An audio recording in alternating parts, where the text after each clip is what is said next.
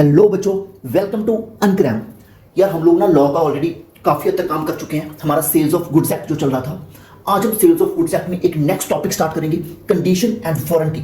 मतलब ऐसे बहुत ही प्यारा टॉपिक है, आज इसकी धज्जियां उड़ाएंगे मिलजुल के। तो चलो भाई करिए स्टार्ट मिलजुल कर बहुत ही अच्छे से। जय माता दी। देखो यार, अब तक अपने को सेल्स ऑफ गुड्स एक्ट में इतनी बातें तो शायद पता है कि जब जब गुड्स बिकती हैं, कोई भी गुड्स लगा लो, जब जब वो गुड्स बिकती हैं तब तक कौन सा एक्ट आएगा? Sales of goods act. तब तक आएगा सेल्स ऑफ गुड्स एक्ट। अब ना ये देखो, कंडीशन एंड वारंटी वाला जो चैप्टर है, इसको समझाने के लिए कुछ बेसिक एग्जांपल से स्टार्ट करता हूं। देखो, जब भी मार्केट में गुड्स बिकती हैं तो उनके साथ हम कई बार ना कोई कंडीशन लगा के, कोई शर्त के थ्रू हम लोग माल परचेज करते हैं कि भैया ये होना ही चाहिए। एग्जाम्पल के लिए ऐसे समझो इसको, मान लो मैंने घर पे रेफ्रिजरेटर, फ्रिज का एक ऑर्डर देना है, ठीक हो गया। मैंने दुकानदार को बोला कि भाई साहब आप ना ग्रे कलर का रेफ्रिजरेटर हमारे घर पे भेज दो एक, ठीक होगी इतनी बात। जो भी रिक्शे वाले के पैसे होंगे वो हम दे देंगे, आप फ्रिज हमारे घर पे भेज दो। कौन से कलर का? ग्रे कलर का। अब एक बात समझो, एक आधी एग्जाम्पल साथ में और जोड़ लो। मान लो मैंने लैपटॉप वाले अंकल को बोला, मैं कि अंकल जी मेरे को एक लैपटॉप चाहिए i7, इसमें प्रोसेसर होना चाहिए, ठीक होगी बात। दो एग्जांपल्स कौन सी बनी? रेफ्रिजरेटर का कलर और सेकंड बना लैपटॉप का प्रोसेसर। अब आ जाओ थर्ड एग्जांपल पे। इनको धीरे धीरे फिट करूंगा, कौन सी चीज कंडीशन है, कौन सी चीज वारंटी है, कैसे लॉ को इसके साथ जोड़ा जाएगा, तुम एक बार सुनते चलो। अब इसमें ना एक एग्जांपल और जोड़ते हैं, थर्ड एग्जांपल। मान लो कभी हम लोग एसी परचेज करते हैं, कोई लैपटॉप परचेज करते हैं, कोई मोबाइल फोन परचेज करते हैं, तो दुकानदार जहां वो कंपनी अपने को वो नहीं बोल देता भाई कि इस पे 1 साल की वारंटी है, 2 साल की वारंटी है, 3 साल की वारंटी है, कि भैया अगर ये ड्यूरिंग द वारंटी पीरियड खराब हो गया तो कंपनी उसको फ्री में रिपेयर करवा के देगी, सर्विस करवा के देगी। ऐसा कुछ चलता रहता है ना। तो अब तक की 3 एग्जाम्पल्स, रेफ्रिजरेटर का कलर, और दूसरा क्या था वो लैपटॉप का अपना प्रोसेसर, तीसरी क्या थी ये गारंटी वारंटी जो 1 या 2 साल की अपने को मिलती है रिपेयर सर्विस की। अब मेरे को एक बेसिक एग्जांपल आगे बढ़ा के बोलना। जब ना दुकानदार ने रेफ्रिजरेटर भेजा तो हमने उसको बोला था कि भैया तू ग्रे कलर में भेजियो। अब उस बंदे ने वो रेफ्रिजरेटर हमारे घर पे भेज दिया येलो कलर में। तो मैंने दुकानदार को ना कॉल करके पूछा, मैंने कहा भाई तुम्हारे यहाँ पे इसको बोलते हैं क्या ग्रे कलर? ये हमारे यहाँ पे तो ग्रे कलर जो होता है वो ग्रे होता है भाई, ये वाला ग्रे कलर थोड़ी होता। और ऊपर से रिक्शे वाले अंकल उसको लेके आए, तो रिक्शे वाले अंकल को मैंने 200 रुपया दिया। भाई उसकी क्या गलती है रिक्शे वाले की? वो बेचारा कहता है मैं तो गर्मी में आया हूँ भाई साहब, मेरे को तो मेरा 200 रुपया दो। तो रिक्शे वाले अंकल को 200 रुपया दे दिया। भाई वो दुकानदार से लड़ना है, वो बाद में लड़ लेंगे। अब मेरे को एक चीज सिंपल सी बताओ, अगर मेरे को रेफ्रिजरेटर का कलर जो मैंने मांगा था, वो जो मैंने उसको शर्त लगाई थी, जो मैंने एक कंडीशन लगाई थी कि भैया मेरे को यही कलर चाहिए, क्या वो कलर मेरे तक पहुंचा? बोलो ना, क्या वो कलर मेरे तक पहुंचा? नहीं पहुंचा। तो अब क्या, बिल्कुल कॉमन सेंस से आंसर देना, बिल्कुल कॉमन सेंस से। क्या मैं दुकानदार को कॉल करके ये बोल सकता हूं कि भाई साहब अपना फ्रिज भी ले जाओ, अपना रेफ्रिजरेटर भी ले जाओ और मेरे पैसे रिफंड करो, और साथ में जो ये मैंने 200 रुपए रिक्शे वाले को दिया वो भी मेरा दो? बिल्कुल सर, बिल्कुल मैं बोल सकता हूं कि दुकानदार को? बोल सकते हैं। तो अब आप एक बेसिक सेंस में समझो, अगर रेफ्रिजरेटर का सेम कलर नहीं हुआ तो मैं सेल को कैंसिल कर सकता हूं, यस और नो? यस और मैं साथ में अपने डैमेजेस मांग सकता हूं, यस और नो? यस। और डैमेजेस क्या है? 200 रुपया। और साथ में मैं क्या कह सकता हूं कि सेल कैंसिल। तो अब आराम से समझना, आराम से समझना। और एक एग्जांपल इसमें जोड़ के, जो हमने नेक्स्ट एग्जांपल नहीं पकड़ी थी वो एक बार उसका प्रोसेसर पकड़ते हैं, जो लैपटॉप का प्रोसेसर था। अब मैंने दुकानदार को बोला कि भाई साहब मेरे को लैपटॉप का प्रोसेसर चाहिए, कौन सा? i7। अगर उसमें i7 प्रोसेसर नहीं है तो क्या फिर से मैं दुकानदार को ये कह सकता हूं कि सर लैपटॉप रखो जी, मेरे पैसे वापस करो, मैंने जो बोला वही चाहिए? बोलो, हो सकता है कि नहीं हो सकता? यस बिल्कुल हो सकता है ना? हो सकता है। तो अब एक काम करो, अब आप थर्ड एग्जांपल पे, जहां पे मैंने तुम्हें बोला था कि एसी के साथ 1 ईयर की वारंटी है, 2 ईयर की वारंटी है। अब एक काम करते हैं, घर पे एसी आया, एसी इंस्टॉल हुआ, 2 महीने 3 महीने बीते, उसमें ना कोई फॉल्ट चल रहा है, और हमने कंपनी को कॉल करके बोला कि भाई साहब ये फॉल्ट ठीक करके दे दो, ठीक है, ये फॉल्ट इसको ठीक करके दे दो। अब ये कंपनी ने हमें बोला कि हम शाम तक आएंगे, फिर कल आएंगे, फिर परसों आएंगे, वो आए नहीं। तो हमने यहाँ से लोकल मैकेनिक बुलाया, बुला के उसको ठीक करवा लिया, और लोकल मैकेनिक के जो पैसे बनते थे उसको दे दिए। इतनी बात ओके होगी? अब मेरे को आराम से इतना बताओ, क्या इस टाइम पर जब वो फॉल्ट ठीक हो गया, मैंने उस एसी को यूज करना शुरू कर लिया, अब मान लो वो एसी वोल्टास कंपनी का था, तो मैं वोल्टास के सर्विस सेंटर को, जहां वोल्टास वालों को ये कह सकता हूं कि अपना एसी उखाड़ के ले जाओ, मेरे पैसे वापस कर दो? नहीं बोल सकता हूं क्या? नहीं। तो ये कॉमन सेंस है ना। मैं उनको ये तो नहीं बोल सकता कि अपना एसी उखाड़ के ले जाओ और मेरे पैसे वापस कर दो। तो क्या मैं इसमें सेल कैंसिल कर सकता हूं? नहीं। पर क्या मैं उनसे ये बोल सकता हूं कि भाई साहब ये ना रिपेयर सर्विस मैंने बाहर से करवाई है, इस पे जो मेरा 200-300 रुपया लगा वो मेरे को दे दो? बिल्कुल। इतना बोल सकता हूं? यस। तो आप एक चीज समझो, एक जगह पर मैंने सामने वाले को क्या बोला कि सेल भी कैंसिल साथ में डैमेजेस भी दे दो, सेल भी कैंसिल साथ में डैमेजेस भी दे दो, और एक जगह पर ओनली डैमेजेस मांगे गए, सेल को कैंसिल नहीं किया। ठीक है जी। अब इधर वर्डिंग पे आओ मेरे साथ मिलके, देखो इधर स्क्रीन पे, जय माता दी, हियर वी गो। कंडीशन के अंदर ना वर्डिंग देखो, कंडीशन ये रहा, कंडीशन के अंदर वर्डिंग देखो थोड़ी। Condition is a stipulation, condition is a stipulation, condition is a शर्त, कंडीशन इज अ शर्त essential to the main purpose of the contract. अब इस बात को ऐसे ऐसे समझो, क्या रेफ्रिजरेटर का ग्रे कलर, क्या रेफ्रिजरेटर का ग्रे कलर मैंडेटरी था for the purpose of sale? बोलो यस और नो। यस। हाँ जी। तो रेफ्रिजरेटर में कलर वॉज असेंशियल शर्त, असेंशियल कंडीशन, असेंशियल शर्त to main purpose of the contract. Sale तभी हो पाएगी अगर उसका कलर ग्रे होगा। लैपटॉप में सेल तभी हो पाएगी अगर उसका प्रोसेसर i7 होगा। तो काके it is essential for the formation of contract. तो कंडीशन के बिना कॉन्ट्रैक्ट बन ही नहीं पाएगा जब तक कंडीशन पूरी नहीं होगी। और नेक्स्ट बात बताओ, अगर कंडीशन का ब्रीच हुआ, अगर कंडीशन का ब्रीच हुआ तो हम दो चीजें कर सकते थे, जल्दी से बोलो क्या क्या कर सकते थे, मिनट मारो। एक तो सेल को कैंसिल कर सकते थे, दूसरा क्या हम डैमेजेस मांग सकते थे। यस। तो आइएगा इधर, breach of condition gives right of cancellation of the contract as well as claim the damages. तो दो बातें, जल्दी से आइएगा, डैमेजेस भी क्लेम करेगा और सेल को भी कैंसिल करेगा। आई होप कंडीशन की वर्डिंग फिट होती है। कंडीशन इज अ शर्त, कंडीशन इज अ स्टिपुलेशन। क्या कंडीशन इज अ स्टिपुलेशन? ये जरूरी है क्या सेल होने के लिए? यस। तो condition is a stipulation essential to the main purpose of the contract और it is mandatory for the formation of the contract. तो कॉन्ट्रैक्ट इसके बिना बन ही नहीं पाएगा। अब नेक्स्ट एग्जांपल जोड़े साथ में, आ जाओ वारंटी वाली। अब जो अपने को वारंटी मिली थी 1 साल की 2 साल की, वो भी एक शर्त थी ना कि सर जी ये एसी खरीदो, इसके साथ 1 साल 2 साल एक कंडीशन है, साथ में एक शर्त है कि भाई आपको इसकी 1 या 2 साल की वारंटी मिलेगी। पर इधर समझो, इन्होंने क्या लिखा, warranty is a stipulation collateral, यहां पे लिखे collateral, word is important, collateral, collateral to the main purpose of the contract. इन्होंने लिखा, उधर क्या लिखा हुआ था, उधर क्या वर्ड लिखा था, उधर क्या वर्ड लिखा था, एसेंशियल, उधर क्या वर्ड लिखा था, एसेंशियल, इधर क्या वर्ड लिखा है, collateral. Warranty is not essential, warranty is collateral to the main purpose of the contract. Warranty is collateral to the sale, warranty is collateral to the contract of sale. अब आराम से समझो, और warranty अगर breach हुई, अगर warranty breach हुई तो क्या सेल कैंसिल हो रही थी? नहीं। तो वो क्या हो रहा था? Damages claim. Only damages claim. तो इधर देखो wording, breach of warranty gives right to claim for the damages but not a right to reject the goods. I hope ये वर्डिंग फिट होगी, बहुत ही आसान है, पक्का हो गया। अब एक बात समझो, इसकी बेसिक भाषा में वर्डिंग आसानी से करते हैं। देखो ये कोलेट्रल क्या है, साथ में जुड़ी हुई है, और ये क्या है, एसेंशियल है। ठीक है, अब एक हिंदी की लाइन बोलता, थोड़ा साथ देना। कलर ग्रे था तभी सेल हुई, ट्रू और फॉल्स? ट्रू। कलर ग्रे था तभी सेल हुई, ट्रू और फॉल्स? ट्रू। ठीक हो गया। तो ग्रे कलर होना जरूरी है फॉर दी सेल। ठीक है। Yes. नेक्स्ट आगे बढ़ते हैं, नेक्स्ट आगे बढ़ते हैं।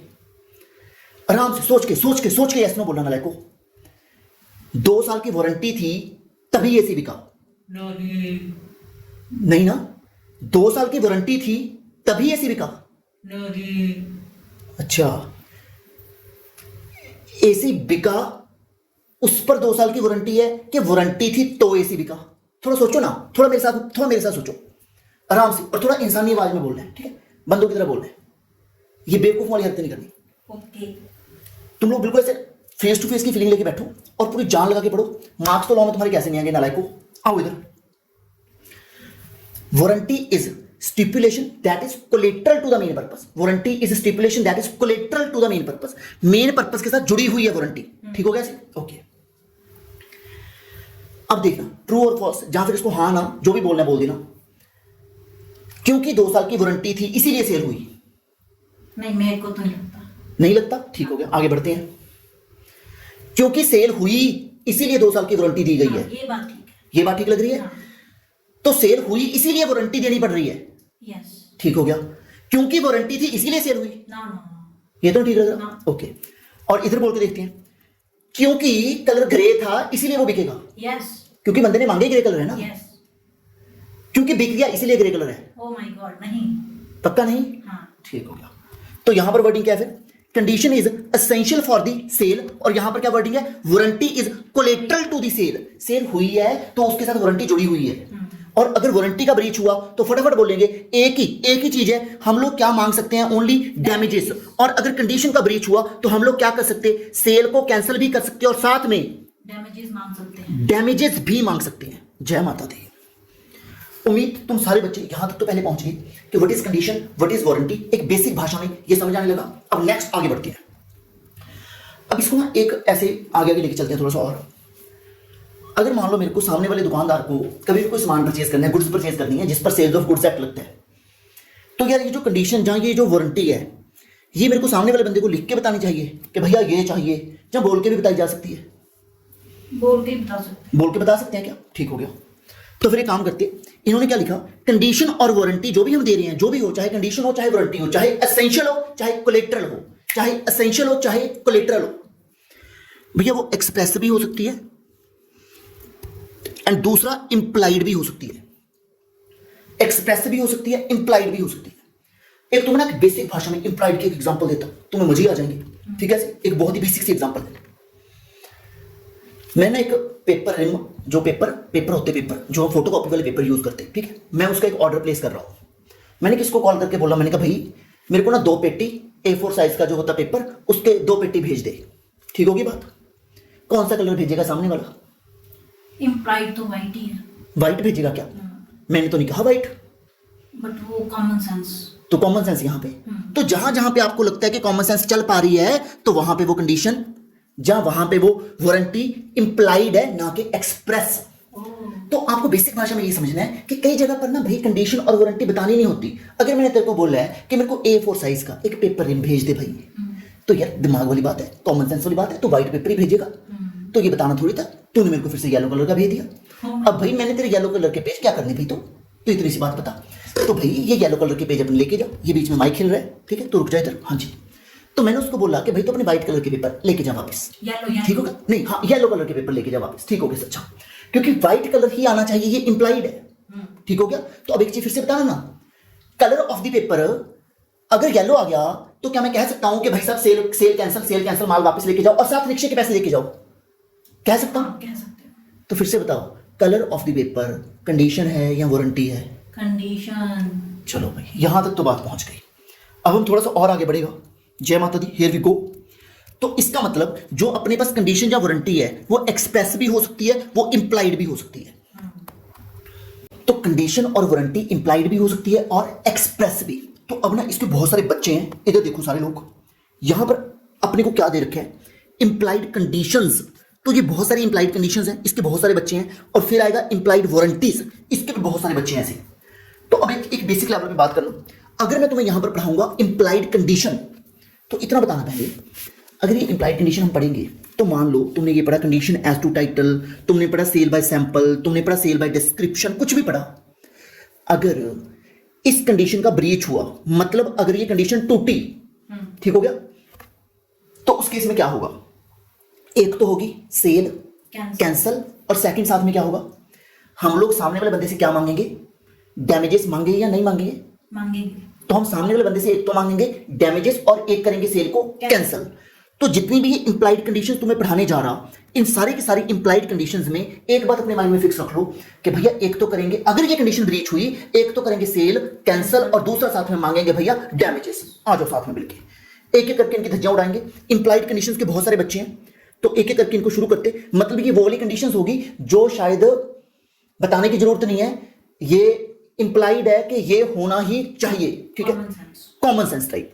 तो एक बार इधर आइएगा, पहली चीज यहां से पढ़ते हैं, sale by sample, sale by sample, sale by sample. तो पहला बच्चा इंप्लाइड कंडीशन का सेल बाय सैंपल। अब इसको इसमें मेरे को समझ नहीं आ रहा, मैं समझाऊं भी क्या तुम्हें। अगर मान लो या तुमने कभी वो दाना मंडी में, कभी कोई आड़त की दुकान पे कमीशन एजेंट टाइप बोल लो, जो भी ना ऐसे होता है कि मान लो मैंने कनक बेचनी है, मैंने चावल बेचनी है, ठीक है, ऐसे बल्क में चावल बेचनी है, तो मैं पहले दिन ही थोड़ी वहां पे ट्रक भर के ले आऊंगा चावल का। तो मैं एक थोड़े से बैग में थोड़े से चावल लेके आऊंगा और मैं सामने वाले बंदे को उसका सैंपल दिखाऊंगा कि सर जी ये देखो, ये हमारा प्राइस है और ये हमारे चावल का सैंपल है, इस टाइप के चावल है भाई साहब, आप देख लो। इतनी बात ही होगी ना, और तो क्या ही होना इसमें। अब एक कॉमन सेंस वाली बात इतनी बताना मेरे बिना बताए, मैंने चावल का सैंपल आपको दिखाया, मैंने कहा भाई साहब ये इस टाइप के चावल हैं भाई साहब, और इसका ये प्राइस लगेगा, हमारा प्राइस तय हो गया और चावल का मैंने आपको सैंपल चेक करवा दिया। अब जब ट्रक भर के लेके आऊंगा तो वो ट्रक कैसा होना चाहिए? सैंपल जैसा। ये कॉमन सेंस है, इसमें मंत्र तो नहीं पढ़ने।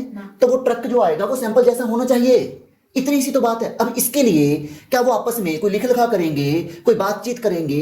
ये इंप्लाइड है कि वो ट्रक सैंपल जैसा होना चाहिए, बेसिक बात है। और एक चीज और बता दो, फिर जब वो ट्रक भर के लेके आओगे, ठीक है ऐसे, तो जो तुम्हारा बायर है, लेट अस अज्यूम मैं सेलर हूं, मैंने वो चावल बेचने हैं और सामने बायर है, ठीक होगी बात? तो क्या बायर को मैं ये चेकिंग करने का मौका दूंगा कि सर आप अपना ट्रक चेक कर लो सैंपल जैसा है या नहीं है? देंगे मौका। हाँ। तो मेरे को वो मौका उसको देना चाहिए, बिल्कुल देना चाहिए। और भाई लॉ में भी यही लिखा हुआ है, इतनी बात ही है। आ जाओ पढ़ते हैं मिलके, इधर आओ सारे बच्चे मिलके। इन्होंने क्या बोला, in a contract of sale by sample, वहां पे इंप्लाइड कंडीशन है bulk truck, bulk truck, bulk truck shall correspond with the sample in quality. कोई कोरस्पॉन्ड मतलब मैच, मैच मैच मतलब उसके जैसा हो, बेसिक बात होगी। पहली लाइन तो हमने शायद कॉमन सेंस से बना ली थी। अब नेक्स्ट पे आ जाओ, buyer shall have a reasonable opportunity of comparing the bulk with the sample. क्या बेतुकी बात है कि बायर को हमने ये बोलना है कि बायर साहब ये जो ट्रक आया है इसको चेक कर लो, ये सैंपल जैसा ही है, इतनी सी तो बात है। आप ये बात समझ ली? इतनी सी। अब एक बेसिक लेवल पे काम करेंगे।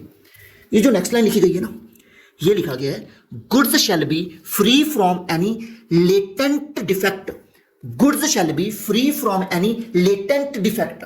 इसका मतलब है hidden defect, hidden defect, hidden defect. अब इसको ऐसे समझो, हमने ये बोला है अगर सैंपल क्या है, ये सेल बाय सैंपल क्या है, ये कंडीशन के वारंटी, इंप्लाइड कंडीशन की एक्सप्रेस कंडीशन, ये इंप्लाइड कंडीशन है। और अगर ये कंडीशन ब्रीच हुई तो क्या होगा? दो काम होंगे, एक तो होगी सेल कैंसिल, दूसरा हम लोग सामने वाले से मांगेंगे डैमेजेस। ठीक होगी बात? तो यार इसमें सेल बाय सैंपल में दो बातें, एक तो ट्रक मैच होना चाहिए विद द सैंपल, दूसरी बात हम बायर को एक मौका दे दें कि भाई साहब इसको चेक कर लो, देख लो क्या ही बात है। अब मान लो मैंने ट्रक में जो चावल भरे हैं, मैंने ना उनको पॉलिश करके भरा है और वो ऐसे देखने से पता नहीं लग सकता, ठीक हो गया?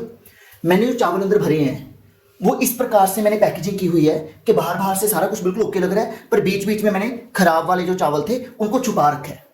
इतनी बात ओके होगी?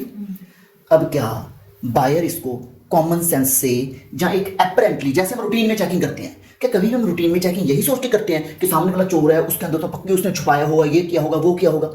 यार भाई नॉर्मल दुनिया में हम लोग एक रूटीन चेकिंग कर लेते हैं ना कि भाई ठीक ही लग रहा है, हमें क्या पता कि सामने वाला अंदर से क्या करके लेके आया है। तो अगर इन्होंने क्या बोला, इसमें एक और शर्त इन्होंने क्या लगाई कि अगर सैंपल के थ्रू माल बिक रहा है, पहली बात तो कि सैंपल जो है वो मैच होना चाहिए, उसको सामने वाले बायर को मौका दो कि भाई तू चेक कर ले, पर हाँ एक शर्त है कि उसके अंदर कोई छुपाया हुआ डिफेक्ट नहीं होना चाहिए। इसको बोलते हैं लॉ की भाषा में लेटेंट डिफेक्ट, इसको बोलते हैं ये लोग लेटेंट डिफेक्ट, इसको लिए बोलते हैं latent defect, hidden defect. If defects are hidden buyer can avoid the contract, buyer can cancel the contract. Common sense. क्योंकि भैया क्या हो गया, ये कंडीशन ब्रीच हो गई, और कंडीशन ब्रीच हो गई तो हम लोग कॉन्ट्रैक्ट को कैंसिल कर सकते हैं। जय माता दी, पहला बच्चा कंप्लीट हो गया भाई, बहुत ही बेसिक लेवल की बात है। This is sale by sample. अब एक चीज और बताओ, एक नेक्स्ट बच्चा है sale by description, sale by description. और मजे की बात, एक्ट में डिस्क्रिप्शन की डेफिनेशन ही नहीं दे रखी है ना, मस्त वाली बात। एक्ट ने डिस्क्रिप्शन के बारे में डेफिनेशन नहीं दी, और एक्ट में डिस्क्रिप्शन के बारे में लिखा हुआ है पर बताया नहीं कि डिस्क्रिप्शन होती क्या है। तो कॉमन सेंस पे काम करते हैं, आ जाओ।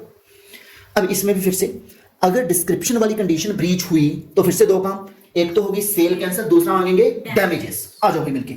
और ये सेल बाय डिस्क्रिप्शन कंडीशन है कि वारंटी है? कंडीशन। ये है एक इंप्लाइड कंडीशन की एक्सप्रेस कंडीशन? इंप्लाइड। ठीक है जी, आ जाओ भाई। ओए कुछ नहीं भाई, डिस्क्रिप्शन का ना एक सिंपल सा ही फंड है।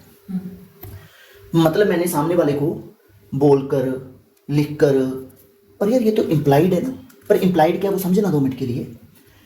मैंने सामने वाले को चीज डिस्क्राइब कर दी, मैंने सामने वाले को चीज का हाव भाव, उसकी लुक, उसका क्या मेरे को चाहिए क्या नहीं चाहिए, वो मैंने सामने वाले को डिस्क्राइब कर दिया कि मेरे को इस टाइप की चीज चाहिए। जैसे इधर एक बार ध्यान दो, ये क्या लिखा हुआ है, a ship was contracted to be sold as a copper, ये फैशन्ड वेसल, पता नहीं क्या लिखा हुआ है, चलो कुछ कॉपर का वेसल टाइप होगा, कुछ पता नहीं क्या लिख रखा है ये, ठीक है, एक बेसिक लेवल पे ऐसे काम करो। चलो तुम बताना, ये डिस्क्रिप्शन ही है ना शायद। मेरे से ना कोई वाटर प्योरीफायर खरीदने आया, तो मैंने ये भाई वाटर प्योरीफायर के अंदर अब कौन से फिल्टर हैं, क्या है, किसको क्या पता, वो प्लास्टिक ही दिखता है बाहर से। तो मैं दुकानदार हूँ, ठीक है, मैंने बायर को क्या बोला, मैं बायर भाई साहब इसके अंदर ना कॉपर का फिल्टर लगा हुआ है, ठीक हो गया। अब ये कॉपर का फिल्टर अंदर लगा हुआ है, ये कौन सा बाहर से ऐसे खुल रहा है दिख रहा है, वो तो अंदर है तो है, बस बात खत्म हो गई। अब कई बार ना हम लोग ऐसा करते हैं कि लोग कहते हैं कि यार इसके अंदर ना कॉपर वायर है। अब भाई कॉपर वायर कौन सा, हम मशीन खोल के देखते हैं, बस उसने बोल दिया हमने मान लिया, इतनी ही बात होती है। अब मैंने तेरे को डिस्क्राइब किया भाई, मैंने बायर को डिस्क्राइब किया, मैंने बायर को डिस्क्रिप्शन दे दी कि सर जी इसके अंदर कॉपर वायर है, ठीक है जी, और ये कॉपर फिल्टर वाला वाटर प्योरीफायर है, तो आप इसको ले लो। बायर ने इस बात पे ट्रस्ट किया और वो फिल्टर परचेज कर लिया। अब ये कोई लिख लिखा करना है आपस में, या ये इंप्लाइड है कि जो मैंने बोला वो होना चाहिए? इम्प्लाइड है। जो मैंने बोला वो होना चाहिए, जो मैंने डिस्क्राइब किया वो होना चाहिए, तो ये भी इंप्लाइड कंडीशन है। और जो मैंने बोला अगर वो ना हुआ, उसके अंदर कॉपर नहीं, उसके अंदर प्लास्टिक फिल्टर है, तो क्या बायर ये कह सकता है कि सर जी अपना आरओ रखो, जय माता दी, मैं नहीं आपसे खरीद रहा? कह सकता है। तो क्या सेल कैंसिल हो सकती है? यस। तो बात खत्म। तो जो आप अगर कभी भी आप माल बेचो, गुड्स सेल करो बाय डिस्क्रिप्शन, तो ये कॉमन सेंस है, जो आपकी बल्क है, जो आपका मेन प्रोडक्ट है, वो मैच होना चाहिए विद दी डिस्क्रिप्शन, वो मैच होना चाहिए विद द डिस्क्राइब्ड चीज जो आपने डिस्क्राइब किया था। और अगर नहीं डिस्क्राइब तो this is breach of implied condition. और कंडीशन कौन सी है, सैंपल की के डिस्क्रिप्शन की? डिस्क्रिप्शन की। ठीक हो गया। आज इसकी भी वर्डिंग पढ़े, जय माता दी। इन्होंने बोला where there is a contract of sale of goods by description, there is an implied condition that goods shall correspond with the description। Very simple. और अगर ये डिस्क्रिप्शन से मैच ना हुई तो सेल कैंसिल हो सकती है, डैमेजेस मांगे जा सकते हैं। जय माता दी। इसके अंदर हमने कौन सी एग्जांपल बनाई थी, आरओ के अंदर कौन सा कॉपर का फिल्टर लगा होगा, जय हो। यहां पर भी हो गया, यहां पर भी हो गया। अब थर्ड बच्चे पे आ जाओ। एक बच्चा क्या लिखा, sale by sample as well as by description, sale by sample as well as by description, कुछ नहीं। एक कोई भी बेसिक से एग्जांपल पकड़ लो। मैंने मिठाई की दुकान है मेरी, ठीक है, तो मैंने ना सामने वाले को एक मिठाई का पीस टेस्ट करवा दिया। मैंने कहा सर ये खा के देख लो, ठीक है, ये इस टाइप की लुक होगी इसकी, ऐसा ही इसका पीस का साइज होगा, ये होगा, फलाना होगा, ढिमकाना होगा। तो सामने वाले को जो मैंने एक पीस टेस्ट करवाया, तो वो पीस टेस्ट करवाना वो सैंपल है। यस। मैंने साथ में ना बोल के भी बता दिया। मैंने कहा सर देखो जी, आपको जो ये पीस मिलेगा ये सेम ही मिलेगा, इसका इस कलर का बॉक्स होगा, इसके ऊपर हम ये चांदी का वर्क लगाएंगे, गोल्ड का वर्क लगाएंगे, पता नहीं क्या क्या लगाएंगे, इसके अंदर हम ये देसी घी डालेंगे, वो मैंने बोल के बता दिया। अब ये सैंपल भी है, साथ में डिस्क्रिप्शन भी है। अब मेरे बहुत ज्यादा एक्सप्लेन किए बिना वैसे ही बता दो। अब ये लिख लिखा करना है, जहां जो अब मैं इनको माल एक्चुअल में बना के दूंगा, जब मैं इनको मिठाई एक्चुअल में बना के दूंगा, तो वो मिठाई सैंपल से भी मैच होनी चाहिए, साथ में डिस्क्रिप्शन से भी। और अगर ना मैच हुई फिर से सेल भी कैंसिल, डैमेजेस भी मांगो। बात ओके होती है? Yes. तो सिंपल सी बात है, अगर आप sample and description, sample as well as description, sample as well as description दोनों दिखा के माल बेचते हो, तो कोरस्पॉन्ड किससे होना चाहिए, दोनों से। और अगर नहीं होता तो भाई कैंसिल, सेल कैंसिल और साथ में डैमेजेस मांग लो। अब तक के इंप्लाइड कंडीशन के 3 बच्चे तो हो भी गए। आ जाओ नेक्स्ट बच्चे की धज्जियां उड़ाते हैं। चलो भाई अब चलते हैं नेक्स्ट इंप्लाइड कंडीशन पे। तो नेक्स्ट बच्चा है कंडीशन एज टू टाइटल। जो ये टाइटल हमने फर्स्ट चैप्टर में पढ़ा था, उसका ना कुछ ऐसे मीनिंग था यार, title means ownership, ownership, ownership, ownership, ऐसा कुछ करके था, ठीक है। तो अब समझो what is this condition as to title. इसको एक बिल्कुल लेमैन लैंग्वेज में समझो तो सिंपल सी बात है यार, जो चीज मैं बेच रहा हूं वो भाई मेरी है वो चीज, ओनरशिप मेरी है, तभी मैं उसको बेच सकता हूं। अब मेरी बात समझो, ये तो नहीं कभी भी होता ना ऐसे कि मान लो किसी के पास, ये इंप्लाइड कंडीशन क्यों है उसको समझो पहले। मैं किसी दुकानदार से माल खरीदने गया, तो मैंने उस दुकानदार को, उसने मेरे को बोला कि भाई साहब ये वाला सेलफोन जो है, ये वाला जो लैपटॉप है, ये वाला जो एसी है वो इतने रुपए का है। तो हम ये दुकानदार से कभी ऐसे तो नहीं पूछते कि अंकल जी क्या ये लैपटॉप आपका है, आपने चोरी तो नहीं किया? नालायक, फालतू में दांत निकाल लिए। चलो नेक्स्ट आगे बढ़ते हैं। तो मैंने कभी भी उस दुकानदार से हम ये तो नहीं पूछते ना कि भाई ये तेरा ही है, भाई उसी का होगा, ओनरशिप उसी की होगी। तो ये इंप्लाइड इसीलिए है, हम सामने वाले से ये थोड़ी पूछेंगे दुकानदार से जाके कि सर आपने चोरी तो नहीं किया, आप ही क्या ये, तो भाई वो उसी का होगा। तो इसलिए इसको बोलते हैं इंप्लाइड कंडीशन, ठीक है। अब कंडीशन क्या है, कंडीशन एज टू टाइटल। पर एक बात ध्यान से सुनो, यहां पर टाइटल का मतलब ये नहीं है कि सामने वाला उसका ऑनर ही हो। ठीक हो गया? अब इसको ऐसे समझो, अगर मान लो ये मेरी दुकान है और मेरी दुकान पे ये एक मेरा इंप्लॉय बैठा है, मेरे इंप्लॉय ने माल बेच दिया, तो क्या क्या ये इंप्लॉय माल बेच सकता है? यस और नो? यस। हाँ बेच सकता है माल, क्यों नहीं बेच सकता? पर क्या इंप्लॉय ऑनर है? नहीं। पर एक चीज बताओ, क्या इंप्लॉय के पास, सोच के बोलना थोड़ा, रुक जाओ, क्या इंप्लॉय के पास माल बेचने का हक है? Yes. Whether employ has right to sell? Yes. तो एक बात समझो, इस जगह पर जो हम ये पढ़ी जा रहे हैं, इस जगह पर condition as to title means right to sell, right to sell. आप इधर सुनो सारे बच्चे, तुम्हें याद है पहले चैप्टर में ना हमने ये पढ़ा था कि सेल होता है और एक एग्रीमेंट टू सेल होता है। दो चीजें होती हैं, एक होती है सेल, एक होता है एग्रीमेंट टू सेल। वो थोड़ा थोड़ा याद करवा दो ना यार। सेल तो वो थी जहां पर ऑनरशिप ट्रांसफर होती थी इमीडिएटली, और एग्रीमेंट टू सेल वो होता है जहां पर ऑनरशिप ट्रांसफर होगी सामने वाले को किसी फ्यूचर डेट पर। कुछ ऐसा था ना। तो अब एक बेसिक सी बात है, अब देखो अगर सेल हो रही है जिसमें हम सामने वाले को ये कह रहे हैं कि भैया ले जा चीज, अभी ले जा, तेरी ऑनरशिप है, तू ले जा इसको, उसमें तो सेल के टाइम पर जब हम सेल करें उसी साथ के साथ ऑनरशिप ट्रांसफर होगी ना। Seller has right to sell the goods at the time of sale. जब सेल हो रही है उसी वक्त मेरे पास क्या, मेरे पास ऑनरशिप है कि राइट टू सेल है? फिर से बोल दो, राइट टू सेल। ऑनरशिप के right to sell. Right to sell. तो कंडीशन एज टू टाइटल क्या ये बोलती है कि ऑनरशिप हो ना, क्या बोलती है? Right to sell. ठीक है, तो कंडीशन एज टू टाइटल ये बोल रही है कि भैया जिस वक्त आप सामान बेच रहे हो, जिस वक्त आप सामने वाले को ऑनरशिप ट्रांसफर कर रहे हो, उस वक्त आपके पास राइट टू सेल हो। उस वक्त जो बंदा सेल कर रहा है उसके पास राइट टू सेल हो, इतनी सी बात है। और ये राइट टू सेल, अगर मान के चलो कोई दुकानदार है, उसके पास कोई इंप्लॉय बैठा है, हम उस इंप्लॉय से माल परचेज करके लेके आते हैं, तुम चुपचाप लेके आते हैं भाई। हम ये थोड़ी पूछते हैं कि भाई साहब आप सच्ची में यहाँ पे नौकरी करते हो, आपके पास हक है माल बेचने का, आप माल बेच भी सकते हो कि नहीं बेच सकते? भाई वो बेच सकता है, ये इंप्लाइड है। और अगर बाई चांस मान लो मैंने आपको कोई माल बेचा और वो माल निकला चोरी का, और कल को पुलिस ने पकड़ लिया, लेट अस अज्यूम मैं कुछ बेच के दिखा देता हूँ आपको, ये बोतल बेच देता हूँ, क्या ही दिक्कत है इसकी? ठीक है, बेसिक सी बात है, मैंने ये बोतल आपको सेल कर दी, ठीक हो गया। कल को जब ये बोतल बिक गई, जहां ये सेलफोन कल को बिक गया, ये सेलफोन मान लो, बोतल मान लो, कुछ भी मान लो, कल को ये चोरी का माल पकड़ा गया, तो क्या आपको ये सेलफोन पुलिस को वापस करना पड़ेगा? पुलिस को वापस करना पड़ेगा। तो इस एग्जांपल को ना ऐसे बनाते हैं, ठीक है। मैं ये बैकग्राउंड जो सिंगर है इसको सामने बुलाता हूँ, बैकग्राउंड आवाज को इधर आओ सामने आओ। संवरने की जरूरत नहीं, आज ऐसे आ जा, काफी जल्दी लग रही है, आजा इधर रुको सामने। ये मैंने आपको सेलफोन बेचा, अच्छा। ये चोरी का है, अच्छा। कल को पुलिस ने पकड़ दिया, तो आप मेरे को इस सेलफोन के बदले में पैसे देके जाओ।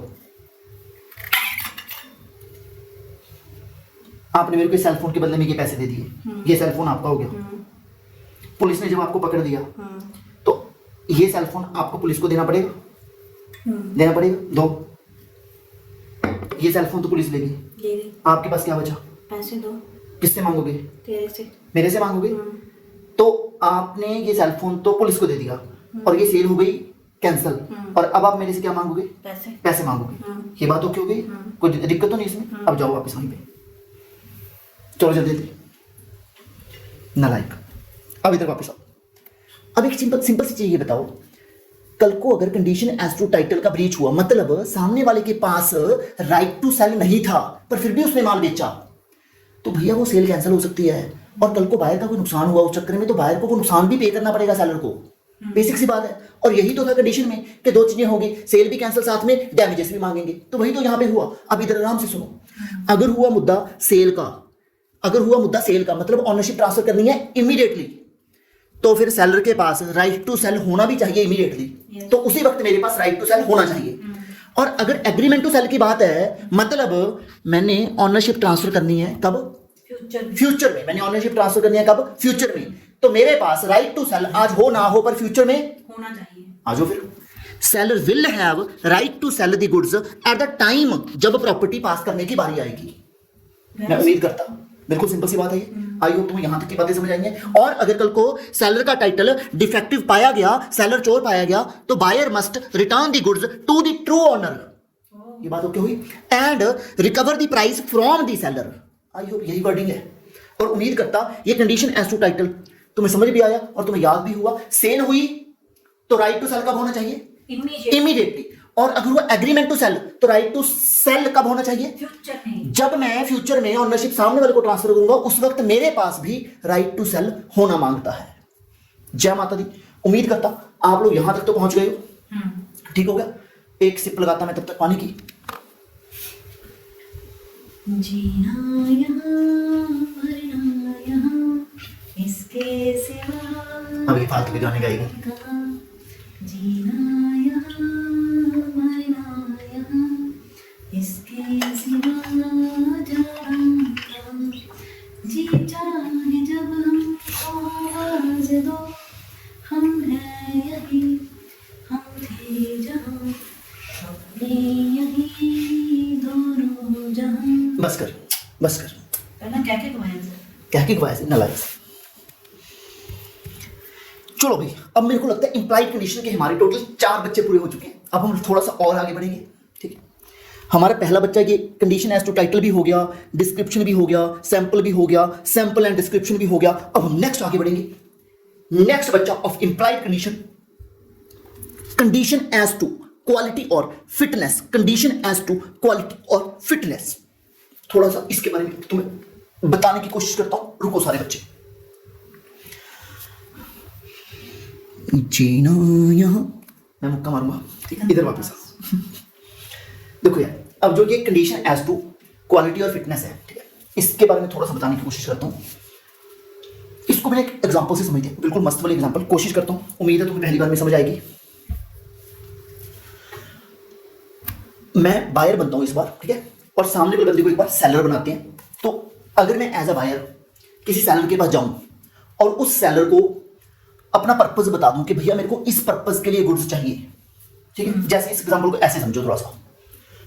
जैसे मान लो यार, मैं एक वो नहीं होता जहां पे वुड्स मिलती है, लक्कड़ वुड्स, वुड, ठीक है। तो मैंने एक ऐसे लक्कड़ वाली दुकान पे गया जहां पे वुड मिलती है, उस दुकान पे गया। मैंने अंकल जी को बोला, मैंने कहा अंकल जी हमारे घर पे ना वो तंदूर समझते हो, वो ऐसे मिट्टी का होता है बहुत बड़ा सारा, ऐसे बड़े सारी ऐसे कुछ भी गैस लगा लो तो तंदूर होता है, ठीक है। तो तंदूर की रोटी होती है ऐसे, ठीक है। अब तंदूर में जो लक्कड़ लगाई जाती है वो एक स्पेसिफिक लक्कड़ होती है, ठीक है। तो अपने को क्या ही पता। अब हम लोग उस टाइप के बच्चे हैं जिनको ये भी नहीं पता लगता देख के कि कौन सी लक्कड़ है। हमें बड़ा पता लगता है, हमें पेड़ देख के नहीं पता लगता, लक्कड़ देख के क्या पता लगेगा हम नालायकों को। तो मैंने तो अंकल जी को बोला जाके, मैंने कहा अंकल जी भाई हमारे घर पे तंदूर है गलती से, ठीक है, वो तंदूर लगाना है जिन्होंने, तो उसमें कोई लक्कड़ सी चाहिए, तो वो जो लक्कड़ तंदूर में लगती है वो आप मेरे को दे दो। अब मेरे को ये बताओ तंदूर में कौन सी लक्कड़ लगती है, ये मेरे को जानना, मेरे को एज अ बायर मेरे को जानना है क्या? नहीं। क्या अब जब मैंने सेलर को बता ही दिया और सेलर को मैंने उस बंदे को बताया जिसका उस चीज का काम है, तो उसको इस चीज की नॉलेज होना, मैं मान के चल रहा हूं कि अंकल जी को तो पता होगा जिनका काम ही लकड़ों का है। तो मैंने कहा अंकल जी भाई साहब मेरे को आप लोग ये तंदूर में लगाने वाली लकड़ दे दो, ठीक हो गया। अब अंकल जी ने कहा बेटा वहां से भर ले। मैंने कहा अंकल जी कौन सी? कहते वो किक्कर एक होता है कुछ, ठीक है, कहते वो किक्कर की एक लकड़ पड़ी है वो भर लो। मैंने कहा सर मेरे को नहीं पता लगता किक्कर कौन सा होता है, आप खुद ही डाल के दे दो, ये लकड़ मेरे को नहीं पता। इतनी बात ओके होगी। अब अंकल जी ने मेरे को वो लकड़ी भर के दे दी और मैं घर पे आया, मैंने वो लकड़ी अंकल जी को दी, तंदूर वाले को, तंदूर वाले अंकल ने तंदूर में लगाई और जो बनाना था बना दिया। और बाय चांस वो जो लकड़ थी वो नीम की थी और रोटियां थोड़ी थोड़ी कड़वी होगी, ठीक है, पूरा आटा वेस्ट, पूरी रोटियां वेस्ट और काफ़ी कड़वी रोटियां बनी है। अब मेरे को एक बेसिक लेवल पे चीज़ बताओ, मैं एज अ बायर सेलर के पास गया और मैंने उसको अपना पर्पस बताया, उसकी स्किल पे मैंने ट्रस्ट किया, मैं उस बंदे से लकड़ लेने गया जिसका वो काम है। ऐसा तो है नहीं मैंने राह चलते किसी से भी लकड़ियां मांग ली, वो दुकान खोल के बैठे लकड़ों की। मेरे को जो लकड़ मेरे पर्पस के लिए, मतलब तंदूर के लिए जो लकड़ फिट है, क्या वही उसको देनी चाहिए दुकानदार को? बनती तो वही है।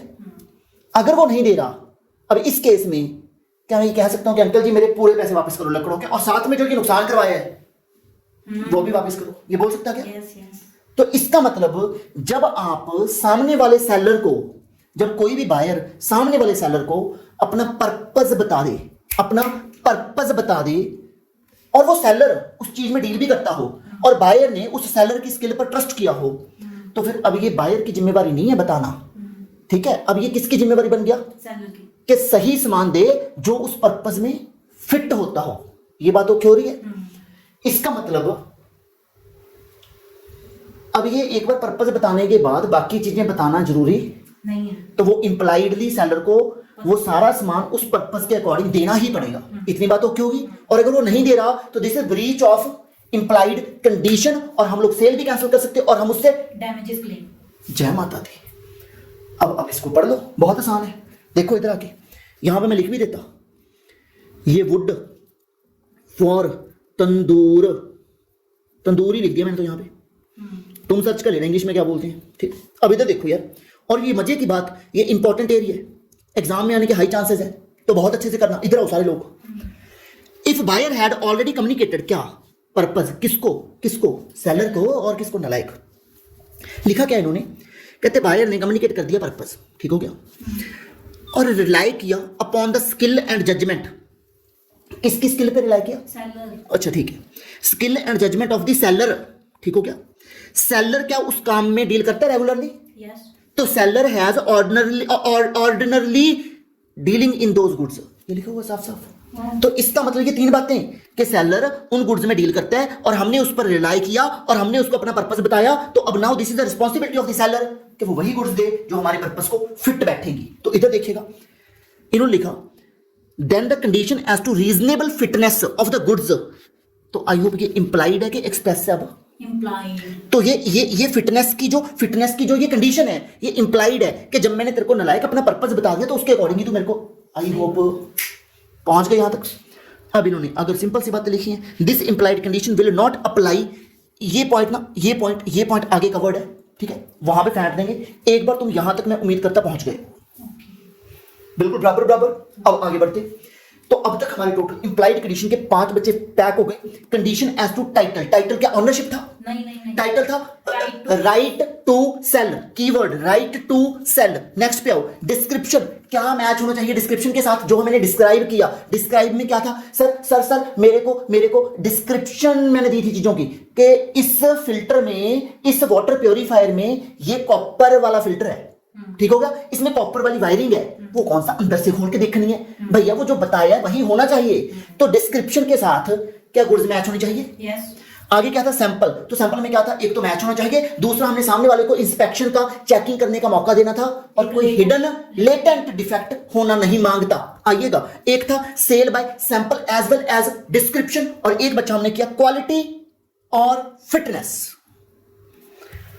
जय माता दी। उम्मीद करता तुम सब बच्चों से यहां तक तुम पहुंच चुके हो, कंडीशन एज टू क्वालिटी और फिटनेस। यस। और मजे की बात, इंप्लाइड कंडीशन पूरा होने वाला है। इसके अंदर ये गिनती के बच्चे रह गए। कौन से बच्चे रह गए? मर्चेंटेबिलिटी और होलसमनेस। सिर्फ 2 बच्चे बचे हैं, और 2 बच्चे रह गए, बाकी ये सब कुछ खत्म। जय माता दी। आ जाओ भाई सारे मिलके, अब आ जाओ जल्दी से। ये मर्चेंटेबिलिटी ये क्या होता? आ जाओ समझाने की बारी। कंडीशन एज टू मर्चेंटेबिलिटी, अगेन मजे की बात, not defined in the act. कोई एक चीज और थी जो description is not defined in the act, और दूसरा मर्चेंटेबिलिटी, ठीक है।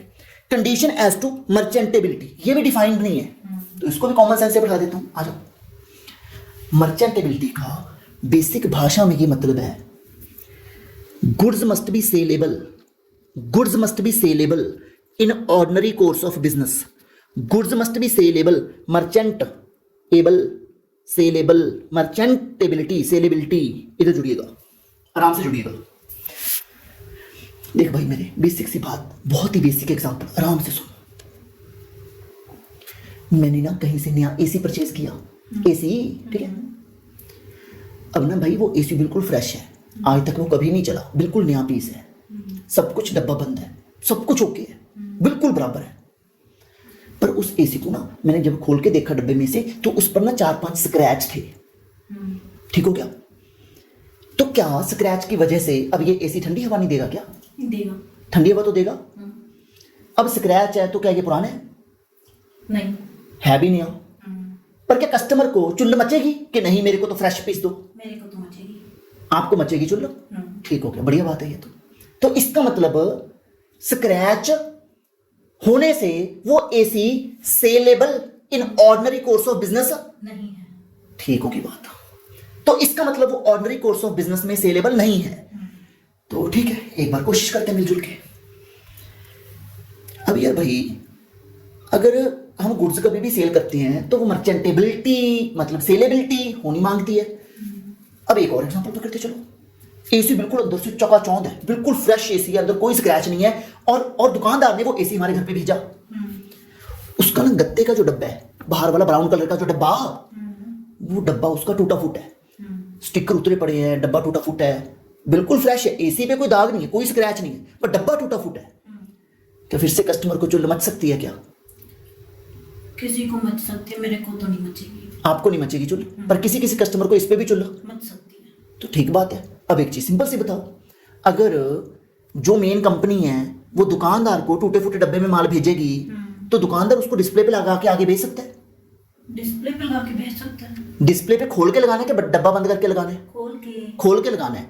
और कस्टमर क्या इस बात पे भी चुल्ल मचा सकते हैं, इस बात पे भी तहलका मचा सकते हैं कि नहीं सर फ्रेश डब्बा दो, डब्बा बिल्कुल साफ दो? नहीं, मचानी तो नहीं चाहिए। मचानी चाहिए नहीं, पर क्या कोई हो सकता है सिर्फ जो इस पे भी चुल्ल मचाए? सिर्फ फिर आपने बोल ही दिया। हाँ, तो वो हो सकता है कोई ना कोई। ठीक होगी बात, ये तो बढ़िया बात है। अब एक चीज बेसिक वाली और बताओ फिर। अब सेम डब्बे वाली एग्जांपल अप्लाई करो टू द लैपटॉप और टू द सेल फोन। तो वहां पे अगर सेल फोन का डब्बा टूटा फूटा है तो सेम चलेगा क्या? वहां पे थोड़ी दिक्कत होगी। वहां पे थोड़ी दिक्कत होगी। अच्छा, और अगर लैपटॉप है तो वहां पे अगर टूटा फूटा डब्बा है तो वहां पे भी दिक्कत होगी? हो सकती है। वहां पे भी दिक्कत हो सकती है। अब मेरे को एक चीज ये बताओ, गुड्स बिल्कुल परफेक्ट हैं, गुड्स वैसी ही हैं जो हमने मांगी थी, ओनली डब्बा टूटा फूटा है। इससे भी कई बार सेलेबिलिटी खराब होती है, इससे भी कई बार मर्चेंटेबिलिटी खराब होती है। तो now try to understand condition as to merchantability का सिंपल सी भाषा में क्या मीनिंग है। और दूसरी बात, ये लिखा कहां पे? इंप्लाइड कंडीशन में। तो मतलब ये बोलना थोड़ी है, ये बताना थोड़ी है, ये दुकानदार की खुद की जिम्मेवारी है। अब एक बेसिक सेंस में, मैंने अगर नया एसी ऑर्डर किया तो मैं कहेगी फोन पे मैंने नया लैपटॉप ऑर्डर किया, मैंने नया फोन ऑर्डर किया, तो मैं दुकानदार को ये थोड़ी बोलता हूं कि सर जी डब्बा साफ भेजियो। वो उसकी इंप्लाइड कंडीशन है कि वो डब्बा साफ ही भेजेगा। और डब्बा अगर टूटा फूटा है, अगर वो पीस वैसे तो नया है पर उस पर वैसे स्क्रैच है, तो मैं उसको कह सकता हूं कि सर जी ये पीस ले जाओ वापस और रिक्शे के पैसे भी दे दो। तो मतलब सेल भी कैंसिल, साथ में डैमेजेस भी मांगेंगे। तो this is condition as to merchantability. I hope ये बात पल्ले पड़ती। इधर देखो, where goods are bought by description. अगर माल डिस्क्रिप्शन के थ्रू बिका कि सर जी ये वाला पीस होगा, ऐसे होगा, फलाना होगा, ढिमकाना होगा, ये व्हाइट कलर में एसी होगा, ये 3 स्टार होगा, ये 4 स्टार होगा, ये इस कंपनी का होगा, और मैंने ये डिस्क्रिप्शन पे माल उस बंदे से खरीदा जो वो गुड्स बेचता है, एसी वाले बंदे से मैंने एसी परचेज किया, इतनी बात ओके होगी? Who deals in goods of that description. तो यहां पर ना एक इंप्लाइड कंडीशन है, यहां पर एक इंप्लाइड कंडीशन है, यहां पर एक इंप्लाइड कंडीशन है कि गुड्स मर्चेंटेबल होनी चाहिए, मतलब उसका सेलेबल होना चाहिए, उसका डब्बा भी ठीक होना चाहिए, उस पर स्क्रैच भी नहीं होना मांगता, वो बिल्कुल फ्रेश माल होना मांगता। ये कब होना मांगता? कंडीशन एज टू मर्चेंटेबिलिटी कब लगती? अगर मैंने उस बंदे से माल खरीदा जो वो माल बेचता है, एसी वाले से एसी खरीदा, फोन वाले से फोन खरीदा, लैपटॉप वाले से लैपटॉप खरीदा, और डिस्क्रिप्शन के थ्रू खरीदा। कैसे खरीदा? कि सर जी हाँ जी सर ये वाला एसी भेज दो, हाँ जी ठीक है, व्हाइट कलर चलेगा जी, हाँ ठीक है सर, ओके, ओ जनरल चलेगा जी, चलेगा, ओके डन है, हाँ 4 स्टार 5 स्टार जो भी है ठीक है, 5 स्टार भेज दो, चलो ठीक है 5 स्टार चलेगा। तो डिस्क्रिप्शन के थ्रू माल बिक रहा है, तो अब मेरे को ये बोलकर नहीं बताना कि डब्बा फ्रेश हो, ये बोलकर नहीं बताना कि कुछ स्क्रैच ना हो, ये होना नहीं चाहिए, ये इंप्लाइड है। और अगर हुआ तो I can cancel the sale, और साथ में मैं रिक्शे का पैसा मांगूंगा, तो मतलब मैं डैमेजेस भी मांगूंगा। जय माता दी। उम्मीद करता ये मर्चेंटेबिलिटी आपको पल्ले पड़ी होगी बात, कि मर्चेंटेबिलिटी मींस सेलेबिलिटी, सेलेबल, जब गुड्स डिस्क्रिप्शन से बिक रही हैं और उस बंदे से खरीद रहे हो जो उस गुड्स में डील करता है। ठीक हो गया? बढ़िया जाइए। नेक्स्ट टॉपिक, आखिरी टॉपिक इंप्लाइड कंडीशन का, कंडीशन एज टू होलसमनेस। आखिरी बच्चा, कंडीशन एज टू होलसमनेस। वैसे तो मैं ये टुच्चा सा टॉपिक ही है, वैसे तो इसकी कोई खास सच इसकी कोई खास जरूरत नहीं थी, ये मर्चेंटेबिलिटी में कवर हो जाता, पर चलो चुल्ल मचाइए तो हम भी मचा लेते हैं। इधर आओ, इन्होंने ये बोला अगर कोई ई टेबल्स हैं, खाने वाले पदार्थ, उन ई टेबल्स के केस में मर्चेंटेबिलिटी के साथ साथ हम होलसमनेस भी चेक करेंगे। कुछ नहीं, बेतुकी बात है, मैं बताता क्या हो रहा है। मतलब चीजें खाने लायक हो, उस तरीके से खाने लायक हो जिस तरीके में वो अक्सर खाई जाती हैं। ये मैंने क्या बोला पता नहीं, एक बार इधर मैंने ना कुछ नहीं भाई, मैंने बिस्किट के पैकेट मंगवा लिए ये ब्लिंकिट वालों से। मैंने कहा भाई मेरे को ना 2 पैकेट बिस्किट के दे जाओ गरीब को। अब वो बिस्किट के पैकेट घर पे दे गए। अब मैंने जैसे वो बिस्किट खोल ले, बिस्किट का क्या होता है, बिस्किट कैसे खाया जाता है, अक्सर कैसे खाया जाता है, बिस्किट को ऐसे पकड़ा जाता है, उसको डुबोया जाता है, फिर उसको खाया जाता है, ऐसे ही होता ना। कभी बिस्किट ऐसा तो नहीं हम सोच के लेके आते कि आज तो चमचे से बिस्किट खाऊंगा। पर जो मेरे को ये ब्लिंकिट वालों ने बिस्किट भेजे, मान लो वो बिस्किट थोड़े ऐसे टूटे फूटे, वो ऐसे मिट्टी बना पड़ा, वो बुरा बुरा बना पड़ा, वो ऐसे पाउडर बना पड़ा, वो सारे उसको हम लोग बोलते वो भूरे भूरे बिस्किट थे ऐसे, ठीक हो गया, ऐसे पाउडर बने पड़े हैं वो। तो जैसे वो बिस्किट घर पे आए, इसमें क्या दिक्कत है, कोई एक्सपायर्ड नहीं है, बिल्कुल सही है, सब कुछ ओके है, वेट भी बराबर है, कंपनी भी सही दी उन्होंने, पर वो बिस्किट ना होलसम नहीं है। वो मैं सेम थोड़ी खा सकता ऐसे। मैंने कहा यार चमचे से बिस्किट तो नहीं, कभी मैंने सोचा था कि खाऊंगा। तो जो तुम मेरे को देके जा रहे ये सही नहीं लग रहा, ये वापस लेके जाओ, जय माता दी, ये क्या कर रहे हो भाई, पूतनी का ये ऐसे बिस्किट कौन खाता है। तो समझो बात को, बिस्किट होलसमनेस मतलब ईटेबल्स के केस में, अब वो सेलेबल तो नहीं था ना, तो मैंने क्या बोला था कि ये मर्चेंटेबिलिटी में टॉपिक कवर हो सकता था, क्योंकि मर्चेंटेबिलिटी कौन सा डिफाइंड है, वो हम खुद ही बनाते हैं सेलेबल। तो क्या पाउडर फॉर्म में बिस्किट क्या वो सेलेबल है, नहीं है भाई सेलेबल, तो मर्चेंटेबिलिटी में कवर हो सकता था। पर इन्होंने बोला कि अगर ईटेबल्स हैं तो in addition to the implied condition as to merchantability, line देखो क्या लिखी है, in addition to the implied condition as to merchantability another implied condition wholesomeness। अब इसको ऐसे समझ लो एक और बेसिक भाषा में,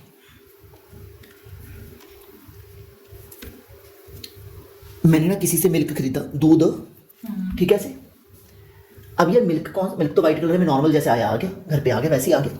मिल्क का कौन सा पता लगता है कि ये सही है गलत है, किसका कैसे क्या क्या क्या सीन चल रहा है। अब मिल्क घर पे आया, तो वो मिल्क ना हमारे घरों में वैसे गर्म किया जाता है, उबालते हैं उसको, ठीक है, तो बॉयल करते हैं, जो भी होता है, चलो गोली मारो। तो वो बॉयल करने के लिए रखा और वो दूध फट गया, वो सारा दूध ऐसे फट गया। तो जहाँ उस दूध में कोई प्रॉब्लम थी भाई वो खराब हो गया, कुछ भी लगा लो। अब क्या दिक्कत है भाई उसमें, जैसा होता वैसे था, पर वो होलसम नहीं था, तो दूध इज नॉट होलसम। तो इस केस में क्या सेल कैंसिल हो सकती है, मैं उसको कह सकता कि भाई साहब आपका ये सारा दूध खराब है, इसको वापस लेके जाओ, ये सारा फट गया, हाँ कह सकता हूँ, सेल कैंसिल कर सकते हैं, क्या दिक्कत है उसमें। तो कुछ नहीं, बेसिक लेवल पे रखो। अगर कोई खाने पीने वाले पदार्थ होंगे, फूड आइटम सेलेबल हो, उसकी मर्चेंटेबिलिटी के साथ साथ, सेलेबिलिटी के साथ साथ क्या चेक कर लोगे, होलसमनेस, उसकी होलसमनेस चेक कर दोगे। और अगर उसमें होलसमनेस नहीं है तो भी हम उसकी सेल को कैंसिल कर सकते हैं, क्या ही दिक्कत है उसमें, और डैमेजेस भी मांग सकते हैं अगर कुछ नुकसान हुआ है तो। आई होप ये बेसिक लेवल की बातें समझ आती हैं, आई होप ये बराबर है। अब ये दूध वाले केस में हमने ऐसे करके डैमेजेस मांग लिए कि सर जी दिमाग खराब है क्या, 10 मिनट से गैस चला रखे घर पे, ये गैस जो है ये पेमेंट पे चलता है, और हमारा इतना फालतू में गैस वेस्ट कर दिया, ये दूध के पैसे वापस देके जाओ, साथ में जो गैस एक्स्ट्रा फूक गया इसके भी पैसे देके जाओ, दैट्स इट, सेल कैंसिल, साथ में डैमेज से मांग लिए। आई होप इंप्लाइड कंडीशंस के सारे बच्चे तुम्हें समझ आए होंगे। अब तक हमने इंप्लाइड कंडीशन के सारे बच्चे खत्म कर दिए। एक बार इनका क्विक रिवीजन टाइप हम इधर साइड पे लिखते हैं, इधर आओ। तो इंप्लाइड स्पेलिंग बोल चुके, इंप्लाइड कंडीशन। तो इंप्लाइड कंडीशन के टोटल बच्चे, पहला बच्चा कंडीशन एज टू टाइटल में क्या था, ऑनरशिप के क्या, राइट टू सेल। चलो भाई दूसरा बच्चा कंडीशन एज टू की जगह पे ये लिख देता हूं सेल बाय सैंपल। ये कुछ याद आ गया, bulk must correspond with the sample, examination का मौका देना, लेटेंट डिफेक्ट। आ जाओ भाई तीसरा बच्चा सेल बाय डिस्क्रिप्शन। अगला बच्चा sale by sample and description. एक कितने बच्चे हो गए, 1 2 3 4 बच्चे हो गए, 3 और थे शायद, 3 और थे, जल्दी से बोलो, मिनट मारो, कोई याद आ रहा है और बच्चा कोई, एक वो था कंडीशन एज टू क्वालिटी और फिटनेस। मोस्ट इंपॉर्टेंट तो यही था, कंडीशन एज टू क्वालिटी और फिटनेस। और ये जो बच्चा था वो था पर्पस बता दिया, सामने वाले को पर्पस बता दिया, और वो सामने वाला सेलर उसी चीज में डील भी करता है, और सामने वाले की हमने स्किल पर ट्रस्ट किया है, शुक्रिया। आइएगा, 6वां बच्चा, छठा बच्चा, 1 2 3 4 5 हो गए, 6 नंबर बच्चा। Condition as to merchantability, merchantability, merchantability, goods sale हुई थी by the description, goods sale हुई थी बाय दी डिस्क्रिप्शन, और सामने वाला बंदा उन गुड्स में डील करता है, सामने वाला बंदा उन गुड्स में डील करता है। लास्ट बच्चा बचा होलसमनेस, होलसमनेस, और ये कंडीशन चेक करनी है only in case of eatables, only in case of eatables. और जब जब ये इंप्लाइड कंडीशन ब्रीच होगा इनका, तब तक 2 काम होंगे, एक तो सेल कैंसिल करेंगे, दूसरा डैमेजेस मांगेंगे। जय माता दी। आई होप तुम लोगों को इंप्लाइड कंडीशन यहां तक का समझ आ गया होगा। अब हम चैप्टर को आगे बढ़ाएंगे। जय हो। चलो अभी बच्चों, अब हम लोग नेक्स्ट टॉपिक की तरफ आगे बढ़ेंगे। देखो अब तक हमने क्या किया, इंप्लाइड कंडीशंस के सारे बच्चे खत्म। अब हम लोग आगे बढ़ेंगे इंप्लाइड वारंटी, और इंप्लाइड वारंटी के टोटल में है 4 बच्चे। एक बार के लिए देख लो, 1 बच्चा, 2 बच्चे, 3 बच्चे, और ये रहा चौथा बच्चा। तो इंप्लाइड वारंटी के टोटल में बनेंगे 4 बच्चे। इससे पहले एक छोटी सी बात फिर से बता दो यार, वो क्या था मैं थोड़ा भूल जाता हूँ। एक तो था अपने पास कंडीशन, एक था अपने पास वारंटी। अब वो बताओ स्टिपुलेशन एसेंशियल मतलब जरूरी है, शर्त जरूरी है, जिसके बिना कॉन्ट्रैक्ट हो ही नहीं पाएगा। वो क्या चीज थी, कंडीशन। और कौन सी चीज में लिखा हुआ था, स्टिपुलेशन एसेंशियल तो नहीं लिखा था, वहां पे लिखा था stipulation collateral to the main purpose of the contract, that was warranty. और अगर कंडीशन का ब्रीच हुआ तो अपने को मिलेंगी 2 चीजें, एक तो भाई हम सेल कैंसिल कर सकते हैं, दूसरा हम मांग सकते हैं डैमेजेस। और अगर हुआ वारंटी का ब्रीच तो हम लोग ओनली मांग सकते थे डैमेजेस। आई गेस ये इतना तो याद होगा अपने को। तो अब आ जाओ, इंप्लाइड वारंटी के जो चारों बच्चे हैं, इन चारों बच्चों में हम बार बार ये चीज बोलेंगे कि सेल कैंसिल नहीं हो सकती, सेल कैंसिल नहीं हो सकती, हम लोग ओनली मांग सकते हैं डैमेजेस। इंप्लाइड वारंटी में हम लोग ओनली मांग सकते हैं डैमेजेस। इंप्लाइड वारंटी अगर ब्रीच हुई तो उसमें हम लोग मांग सकते हैं ओनली डैमेजेस। तो आइएगा इधर, implied warranty, implied warranty, implied warranty का पहला बच्चा, इन्होंने क्या लिखा, कहते warranty as to undisturbed possession, warranty as to undisturbed possession. अब इसकी ना एक बेसिक सी एग्जांपल सुनो।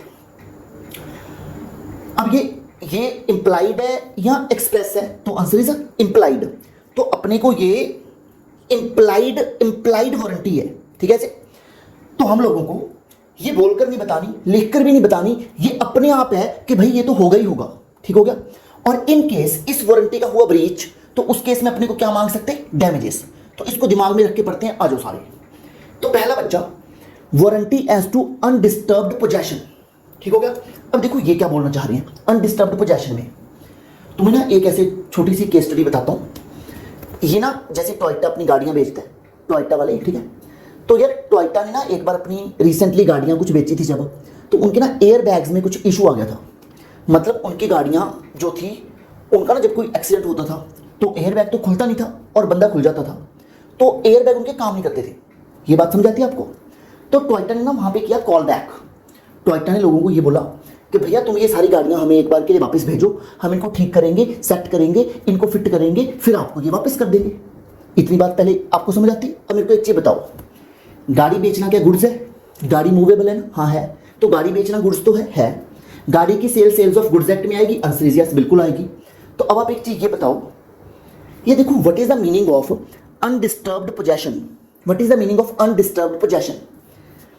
अगर मैंने कोई गुड्स आपसे परचेज की है तो भाई वो गुड्स किसकी हैं, मेरी है ना। तो उन गुड्स को मैं ही यूज करूंगा, मैं ही अपने पास रखूंगा। आप मेरे घर पे आके वो गुड्स मेरे से वापस थोड़ी मांग सकते हो, और ना ही आप मेरे को उन गुड्स के लिए डिस्टर्ब कर सकते हो। उसका पोजेशन मेरे पास रहेगा, वो गुड्स ही मेरी हैं, मैंने आपसे जब वो परचेज कर ली। अब समझो टोयोटा वाले केस में हुआ क्या, टोयोटा कंपनी ने बोला कि भैया एयर बैग में कुछ हल्का फुल्का इशू है, तो हम इसको ठीक करेंगे आपकी सेफ्टी के लिए, तो हम आपसे ये गाड़ियां वापस लेके जा रहे हैं। और जहां इसको ठीक कर रहे हैं या जो भी XYZ वो कर रहे हैं, उन्होंने अपना कॉल बैक किया और गाड़ियां ठीक करने की बात की टोयोटा वालों ने। तो अब एक चीज ये बताओ, अगर टोयोटा इस टाइप से गाड़ी कॉल बैक करता है तो क्या टोयोटा ने हमारा पोजेशन डिस्टर्ब किया? बोलो यस और नो, यस और नो। यस। तो टोयोटा ने अपना जो पोजेशन है वो डिस्टर्ब किया ना। तो अब एक बेसिक सी बात समझो। और जब और वारंटी किस चीज की थी, वारंटी इंप्लाइड वारंटी किस चीज की है कि कोई भी हमारा पोजेशन डिस्टर्ब नहीं करेगा, कोई भी हमारा पोजेशन डिस्टर्ब नहीं करेगा, वो गुड्स हमारी है ना। तो अब देखो जो ये केस लॉ था, इसमें सिंपल सी बात ही है कि अगर टोयोटा ने हमसे गाड़ी कॉल बैक की, तो यार देखो हम ये तो नहीं कह सकते कि अपनी गाड़ी ले जाओ और हमें पैसे वापस कर दो, सेल कैंसिल, सेल कैंसिल, ये तो नहीं होने वाला। बट हाँ, अगर मान लो वो गाड़ी में टोयोटा को 1 हफ्ता लग गया ठीक करने में, उन्होंने 1 वीक हमसे ले भी लिया, तो हम ये कह सकते हैं कि भैया 1 वीक के लिए अब हमें कैब लेनी पड़ेगी, उसका किराया लगेगा, जहाँ हमारा कोई XYZ खर्चा होगा, जहाँ हमें कुछ डैमेजेस दे दो। तो अगर हमारा पोजेशन डिस्टर्ब हुआ तो दिस इज इंप्लाइड कंडीशन की वारंटी, इंप्लाइड वारंटी। तो ये इंप्लाइड वारंटी का ब्रीच है, ठीक हो गया। उन्होंने हमारा पोजेशन डिस्टर्ब नहीं करना था पर उन्होंने डिस्टर्ब किया, तो इंप्लाइड वारंटी का ब्रीच है। तो इस केस में और वारंटी का जब ब्रीच होता है तो हम लोग क्या मांगते हैं, सेल कैंसिल के डैमेजेस ओनली, तो हम लोग मांगते हैं ओनली डैमेजेस। तो इस केस में हम क्या बोलेंगे कि भैया डैमेजेस दे दो, बाकी तो बात जय माता दी है। Thank you so much. अब आ जाओ हल्का सा जय माता दी। टोयोटा कंपनी, ये मैंने एग्जांपल सेम लिख रखी है, buyer shall have and enjoy, बिल्कुल चुपचाप पोजेशन मेरे पास रहेगा, कोई मेरे को डिस्टर्ब नहीं करेगा। और अगर किसी ने मेरा पोजेशन डिस्टर्ब किया तो सेलर को मैं स्यू कर सकता हूं for the breach of warranty. उम्मीद आप लोगों को ये पहला बच्चा बहुत ही अच्छे से समझ आया होगा। देखो पहला बच्चा हमने क्या फेंटा, अनडिस्टर्ब्ड पोजेशन। अब नेक्स्ट बच्चे की तरफ बढ़ेंगे। ओए ये ना एक बच्चा यहां पे, warranty as to non existence of encumbrance, warranty as to non existence of encumbrance. यार कुछ बेसिक सी बात है, जब बिल्कुल आराम से समझने की कोशिश करो, बहुत आसान है। जो भी गुड्स मैं परचेज करके लेके आ रहा हूं उन पर कोई भी पुराना कर्जा, उन पर कोई भी पुराना कोई ऐसे डेट कुछ भी पेंडिंग नहीं होना चाहिए, बस इतनी सी बात है। Non existence of encumbrance, non existence of old debt, non existence of पुराना कर्जा, नॉन एग्जिस्टेंस ऑफ पुराना कर्जा, वो चीज जो है उस पर कोई कर्जा नहीं होना चाहिए, उस पर कोई डेट नहीं होना चाहिए, उस पर कोई ड्यूज पेंडिंग नहीं होने चाहिए, बात खत्म है भाई। इतनी सी बात ही है ये, इससे ज्यादा बड़ी बात नहीं करनी। अब आराम से इसके एक एग्जांपल समझ लो, बहुत ही बेसिक है, ठीक है। इधर देखो, तुम्हें एक चीज बताता, ये बहुत ही बेसिक सी एग्जांपल है यार। ये एग्जांपल ना मैं यहां पे लिखता, तुम्हें मिनटों मिनट समझ आएगी। आ जा भाई प्लेन पेज, ये देखो। तुम्हें पता है जो ना ये माइक फिर से बीच में हिल गया, ये जो सैमसंग कंपनी है ना, ठीक है, से जो भी स्पेलिंग है ऐसी की तैसी, ये जो सैमसंग कंपनी है भाई, ये सैमसंग ने ना लेटेस्ट अज्यूम अपनी कोई टैब सेल की, अपना कोई सेलफोन सेल किया, अपना कोई स्मार्टफोन सेल किया, जो भी सेल किया गोली मारो। और ये इन्होंने ना इंस्टॉलमेंट्स पर सेल किया, इंस्टॉलमेंट्स पर सेल किया। किसी बंदे को उधार पे बेच दिया, उसमें क्या दिक्कत है, बिक सकता है, ये बिकने में क्या दिक्कत है इसकी। तो यार मैंने अपना टैब, सेलफोन, कोई स्मार्टफोन किस्तों पे इंस्टॉलमेंट पे सेल कर दिया।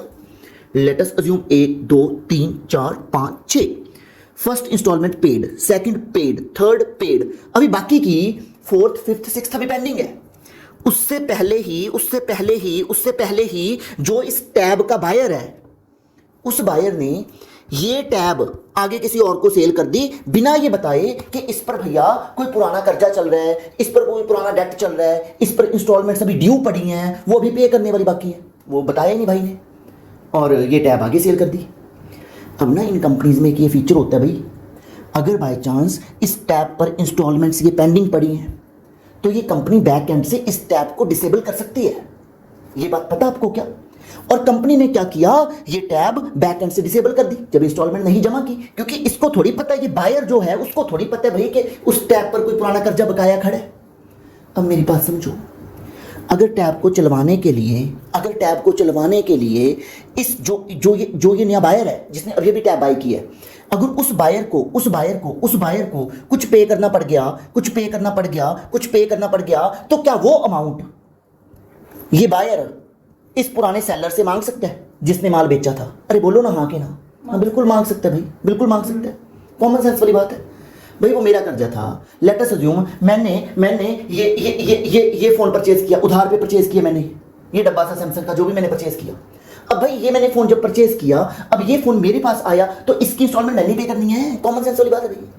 और मैंने पे नहीं की, मैंने इसको एज इट इज किसी को बेच दिया और वो इंस्टॉलमेंट सामने वाले को पे करनी पड़ गई, तो कॉमन सेंस है वो सामने वाला बंदा किसने मेरे से मांगेगा।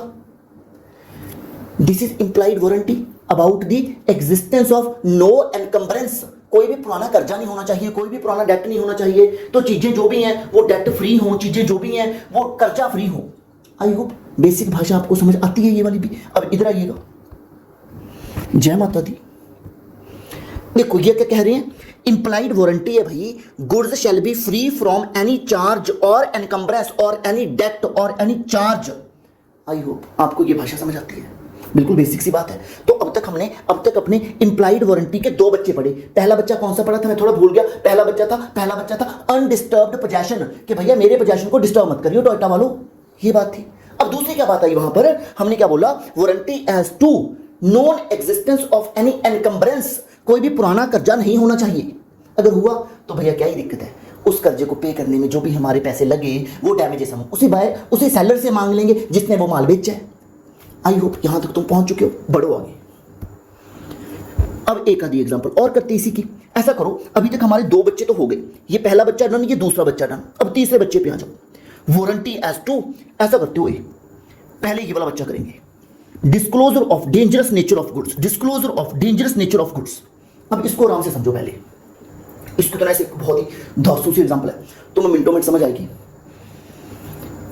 ये जो देखो ना, disclosure of dangerous nature of goods, ये बोले कि this is an implied warranty, कि सेलर को जब वो गुड्स बेच रहे हैं, अगर वो गुड्स थोड़ी भी डेंजरस नेचर की हैं, इस टाइप का डेंजर है कि यार वो सामने वाले बायर के लिए हार्मफुल हो सकता है, तो भैया वो जो भी हार्मफुल चीज़ है उसके बारे में डिस्क्लोजर देना पड़ेगा। और वो डिस्क्लोजर कौन देगा, वो डिस्क्लोजर सेलर देगा टू दी बायर। इतनी बात ओके होगी। अब इसको समझते, और अगर डिस्क्लोजर ना आ गया, फिर से बताओ क्या कंडीशन है, क्या वारंटी तो वारंटी, तो दिस इज इंप्लाइड वारंटी। और अगर वारंटी का ब्रीच हुआ, मतलब उसने डिस्क्लोजर नहीं दिया, तो सेल कैंसल या डैमेजेस मांगेंगे, तो शायद तो डैमेजेस मांगेंगे। आई होप यहां तक की बातें बनती है अपनी। तो आप इधर आइएगा, इसके एग्जांपल समझो आराम से। तुम्हें पता है जो ये मैकडी है, मैकडोनल्ड वाला, ये भाई ये कॉफ़ी भी बेचते हैं। और एक ना इसका रियल लाइफ केस है जो कि तुम्हें बताने जा रहा हूँ। ये मैकडी वाले जो हैं, ये हॉट कॉफ़ी बेचते हैं अपनी एक, ठीक हो गया ऐसे। इसका मैं तुम्हें एक केस लॉ दिखा देता, तुम्हें समझ आएगी। नालायक को इधर देखो, हियर वी गो। यहाँ पे भरते हैं हम लोग मैकडी का, मैकडोनल्ड के स्पेलिंग उलझ जाएंगे मेरे, तो आ गया खुद ही आ गया मैकडोनल्ड्स हॉट कॉफ़ी केस, हाँ खुल गया। इधर देखो, इन्होंने यहाँ पे क्या लिखा, खुल जा भाई। मैकडी का hot coffee case, officially known as this versus this, L versus M, पता नहीं क्या नाम है इसका, लीबेक, चलो जो भी है। इन्होंने बोला कि भैया इस लॉ केस में पता नहीं क्या ही हो गया, इसको अवार्ड किया गया लेडी को, ये Liebeck was awarded over $2.8 million, ओहो, later reduce to 6 lakh dollar. तो ये कुछ ऐसी बात है, पता नहीं ये कुछ डैमेजेस दिए गए हैं $6 लाख के। तो ये केस सुनो पहले आराम से, तुम्हें बात समझ आएगी कि what is the meaning of disclosure of dangerous nature of goods. ये डिस्क्लोजर देना क्यों जरूरी है, और अगर ये डिस्क्लोजर नहीं दिया तो डैमेजेस पे करने पड़ सकते हैं सेलर को टू दी बायर। अब समझो बात को। इस केस में ना ये हुआ था भैया, और ये देखो, जो ये अपनी हॉट कॉफी सी बना रहे थे, वो हॉट कॉफी ज्यादा ही हॉट थी थोड़ी, समझ लो आप इस बात को। अब ना वो जो लेडी थी, ये ली बैक जो भी है, लाई बैक जो भी, अब इस लेडी ने वो भैया कॉफ़ी परचेज़ की। अब वो कॉफ़ी जब उस लेडी ने परचेज़ की, वो कॉफ़ी उस लेडी के ऊपर गिर गई, ठीक हो गया, और वो थोड़ा जल गई, ऐसे ज़्यादा जल गई। तो अब यार वो लेडी ने मैकडी पे केस कर दिया, कहता मैकडी वालों तुमने मेरे को बताया नहीं कि ये गर्म है, और इतनी ज़्यादा गर्म है कि आप इससे जल भुन जाओगे। और वो लेडी ने ये बताया कि आपने मैकडी भैया मेरे को नहीं बताया कि ये कॉफ़ी ज़्यादा गर्म है। भाई आप सोच सकते हो कि यार गर्म चीज़ है तो गर्म बताने क्यों, गर्म में पता तूने हॉट कॉफ़ी कह के तो मांगी है। तो अब कोर्ट ने यहाँ पे क्या फैसला दिया, कोर्ट कहता भैया गर्म होने का एक लेवल होता है, अगर वो गर्म उतना गर्म है कि किसी के ऊपर गिर जाए तो जान की नहीं बनेगी, बंदा जिंदा तो रह ही जाएगा, हल्का फुल्का जलेगा तो ठीक है। पर जो मैकडी की हॉट कॉफ़ी थी वो उस लेवल से ज़्यादा गर्म थी जो एक इंसान की डेथ का भी रीज़न बन सकता है। तो फिर उसमें कोर्ट ने ये फैसला सुनाया कि भैया मैकडी बात सुनो, आपको ये डिस्क्लोजर देना पड़ेगा कि you are selling a very very hot coffee जो कि इंसान के लिए डेंजर है, भैया उसका डिस्क्लोजर दो। और डिस्क्लोजर नहीं दे रहे तो you are breaching implied warranty के कंडीशन, वारंटी। और मैकडी को फिर वो डैमेजेस देने पड़ेंगे, इसीलिए तो देने पड़े। और यही वो रीजन है, आजकल तुम मैकडी का ये गिलास देखो ना, लैको खुल जा भाई, मैकडी मैकडोनल्ड्स, अब मेरे स्पेलिंग फिर उलझ जाएंगे, आ गया मैकडोनल्ड्स हॉट कॉफी, ऐसे भर के इसका गिलास निकालते हैं, खुल जा भाई, मैकडी हॉट कॉफ़ी गिलास, जीना यहाँ मरना यहाँ, एक ही मिल तो क्या भद्दा सा कप है ये। अब ये कप के ऊपर ना लिखा हुआ है हॉट लिख के, वो डंडा सा लगाया हुआ है, काफ़ी ज़्यादा ब्लर पिक्चर है, ये नजायज़ी ब्लर है, ये थोड़ी साफ है उससे। ये हॉट लिख के कॉशन का निशान लगाया हुआ है, कॉशन कंटेंडेड, पता नहीं क्या लिखा हुआ है, समझ कम आ रहा है थोड़ा सा, इसमें लिखा हुआ है कि मेरे अंदर भाई गर्म पदार्थ है, मेरे को देख के पकड़ो, ये लिखा गया इसके ऊपर। इन्होंने अपनी मिल गया, ये लिखा इन्होंने क्वेश्चन। ये बीच वाला तो नहीं समझ आ रहा, पर नीचे क्या लिखा, आई एम हॉट, और शायद ये लिखा होगा बीच में handle with care, I am hot. ये क्वेश्चन इन्होंने तब लिखा। तो आपको ये समझना पड़ेगा, इफ यू आर सेलिंग, ये अब तो बहुत सारे कप मिल गए, ये एक और मिल गया क्वेश्चन, हॉट हॉट ऐसे करके हॉट लिखा पड़ा, ये अब तो बहुत सारे कप निकल आए, वो सिमिलर इमेजेस बहुत सारी आने लग गई। ये आई होप तुम्हें समझ आने लगी होगी बात। तो इसको बोलते हैं disclosure of dangerous nature of, I hope ये बात समझ आती है। और अगर हमने ये डिस्क्लोजर नहीं दिया तो हमने क्या ब्रीच किया, कंडीशन के वारंटी, उसके बदले में हमें सेल कैंसिल करनी है कि डैमेजेस मिलेंगे, ओनली डैमेजेस मिलेंगे। यस, जय माता दी। अब आ जाओ भाई आगे। तो आई होप ये मैकडी का केस तुम्हें समझ आया होगा, और ये मैंने यहां पे लिखे रखा है, हॉट कॉफी ऑफ मैकडोनल्ड्स। तो where the goods are dangerous in nature, buyer को ये बात पता नहीं है तो सेलर को वार्न करना पड़ेगा बायर को कि भैया इसके अंदर डेंजर हो सकता है। This is one of the implied warranties. तो इंप्लाइड वारंटी के इसी के साथ हम लोगों ने 3 बच्चों की धज्जियां उड़ा दी हैं। आ जाओ भाई, 1 2 3, जल्दी से आगे बढ़ेंगे और चौथे बच्चे की धज्जियां उड़ाएंगे। वारंटी एज टू क्वालिटी और फिटनेस। अब यहां पर एक बात सुनो, और ये क्वालिटी और फिटनेस तो हमने पहले भी पढ़ा था, क्वालिटी और फिटनेस हमने पहले भी पढ़ा था, और वो हमने पहले पढ़ा था, थोड़ा कम याद आ रहा है, इंप्लाइड कंडीशन में पढ़ा था नालायको, implied condition, implied condition, implied condition, condition condition condition condition, quality और फिटनेस, क्वालिटी और फिटनेस, क्वालिटी और फिटनेस, पर्पस बताएंगे, वो याद आएगा। मैं वो वुड लेने गया था,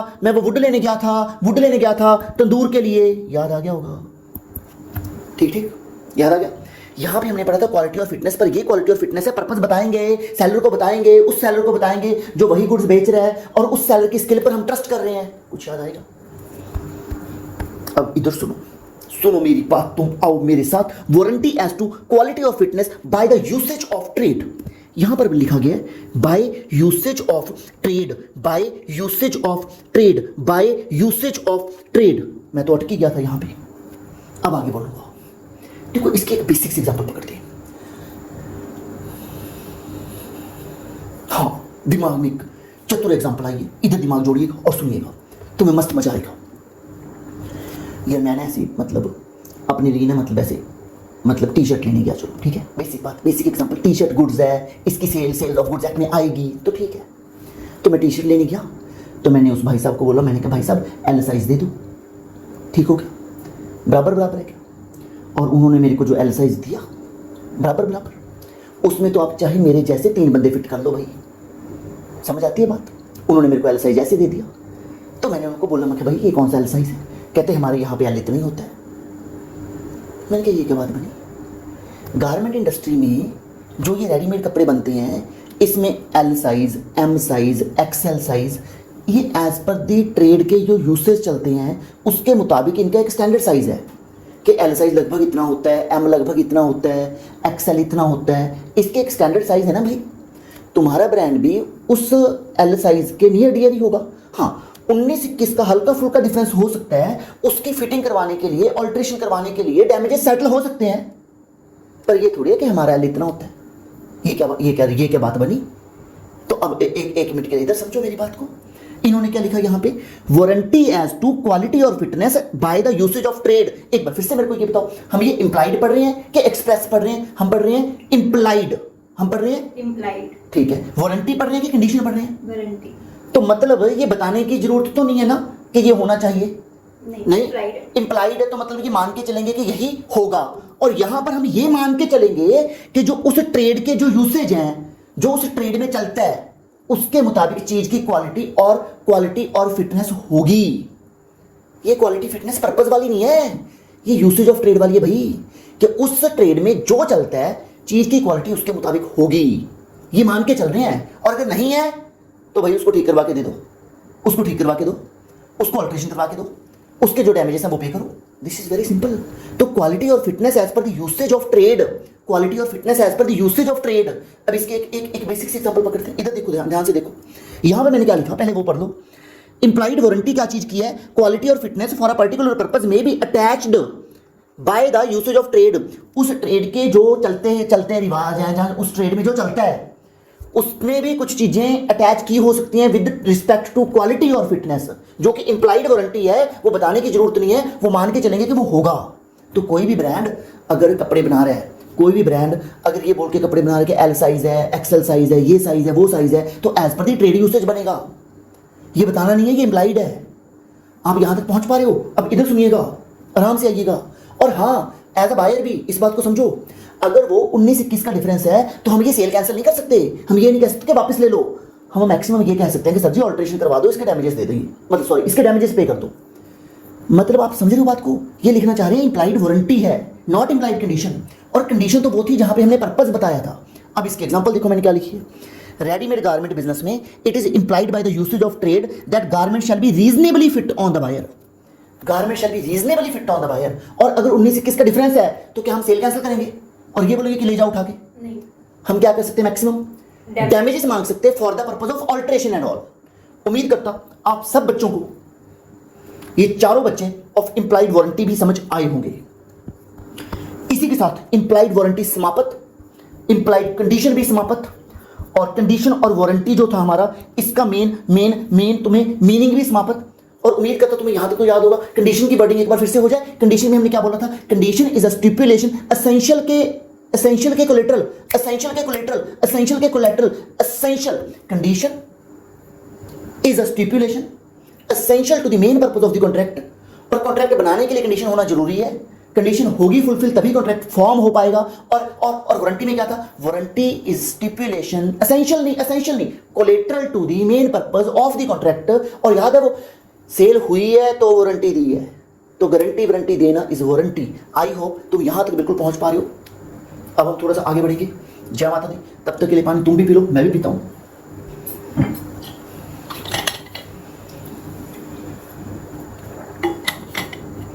जिंदगी सवार दूं, एक नया सवाल दूं।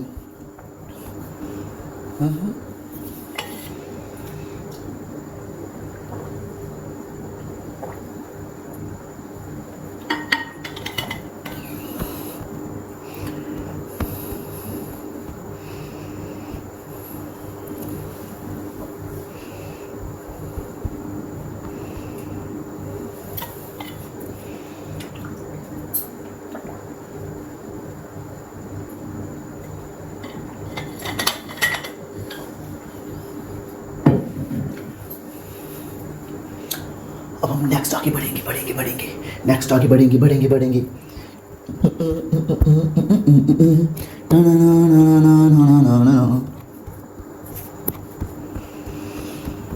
जीना यहाँ, मरना यहाँ, इसके सिवा जाना कहाँ।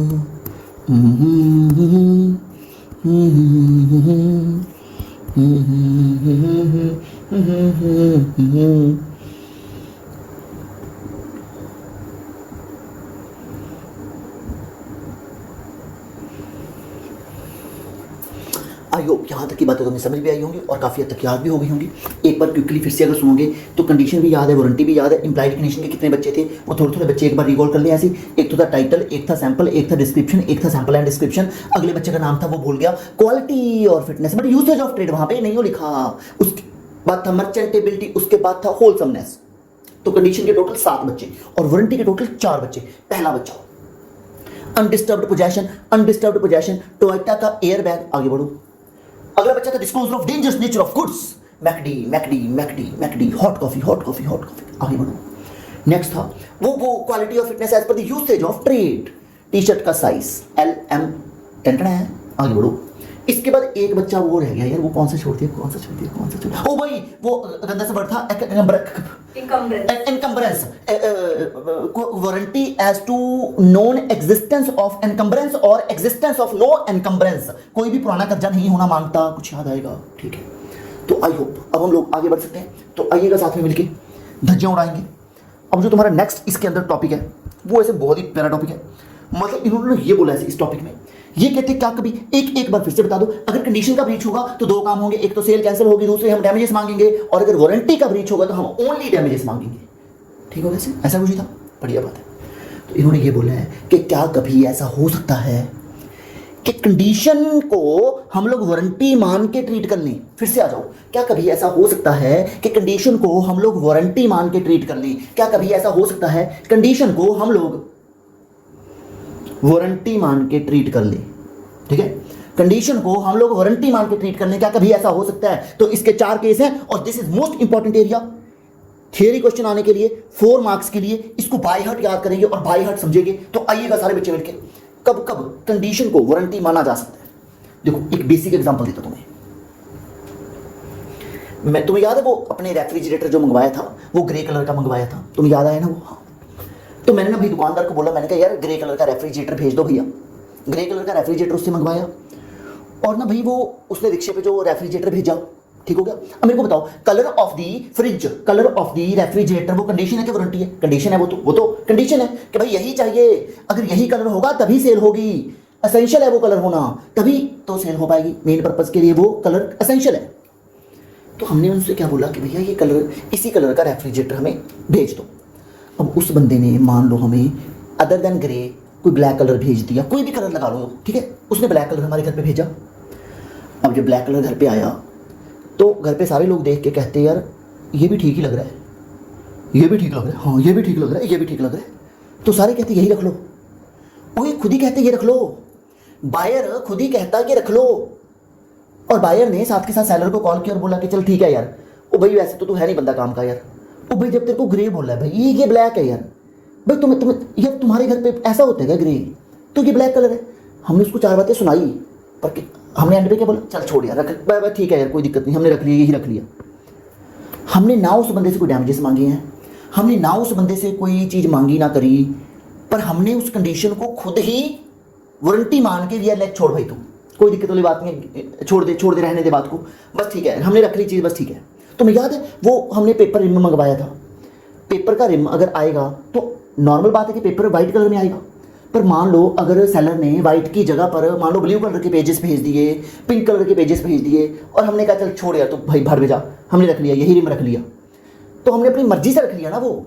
तो this is without any doubt कि हमने वो कंडीशन थी जिसके दम पर हम सेल कैंसिल कर सकते थे, हम डैमेजेस मांग सकते थे, पर हमने बोला कि भैया रहने दो, हम ये रख लेंगे, बस ठीक है यार छोड़ इस बात को। तो यहां पे क्या लिखा है, buyer all together waves, buyer all together waves, buyer all together माफ कर दिया, बायर ने माफ ही कर दिया, बायर कहता छोड़ भाई, ना तेरे से मैं डैमेजेस मांग रहा हूं, ना कोई लेना ना देना, बस छोड़ यार तू रहने दे। Performance of the condition, voluntary waiver by the buyer, buyer ने अपनी मर्जी से ही माफ कर दिया, तो क्या कंडीशन को वारंटी माना जा सकता है? तो पहली एग्जांपल सेट हुई कि कंडीशन को वारंटी माना जा सकता है अगर बायर खुद ही वेव ऑफ कर दे, अगर बायर खुद ही वेव ऑफ कर दे। तो पहला बच्चा पैदा हुआ, वेवर वेव ऑफ कर दिया। दूसरे बच्चे पे आइएगा, where the buyer elects to treat the breach of condition as one of the warranty, and buyer ने पर यहां पर डैमेजेस मांग लिए, बायर ने यहां पर डैमेजेस मांग लिए और बायर ने बोला कॉन्ट्रैक्ट कैंसिल नहीं करूंगा। एग्जांपल सुनो, आ जाओ एग्जांपल के थ्रू तुम्हें ये भी समझाता हूं, तुम्हें मस्त समझ आएगा ये भी, ठीक है भाई। अब इसकी एक बार एग्जांपल सुनते हैं। तुम्हें याद है वो यार जो मान लो हमने एसी परचेज किया, व्हाइट कलर का एसी आया, बिल्कुल फ्रेश एसी है, बिल्कुल अच्छा एसी है, बिल्कुल नया एसी है, बट उसके ऊपर स्क्रैच है, ठीक हो गया। हमने मान लो रेफ्रिजरेटर ऑर्डर किया, बिल्कुल ग्रे कलर में आया, सब कुछ परफेक्ट आया, बट उसके ऊपर हल्के से स्क्रैच है, हल्का सा डेंट है। ये बात समझ आती? तो अब एक बार सुनो इधर आके, अगर हम माल नया परचेज कर रहे हैं तो वो स्क्रैचलेस होना चाहिए, यस, उसके ऊपर कोई भी डेंट होना चाहिए नहीं, तो डेंट फ्री होना चाहिए, स्क्रैचलेस होना चाहिए ना। कोई यार स्क्रैच नहीं होने चाहिए, डेंट नहीं होना चाहिए, ये कोई इंप्लाइड वारंटी भी थी ना, वो मर्चेंटेबिलिटी, वो याद आया कुछ?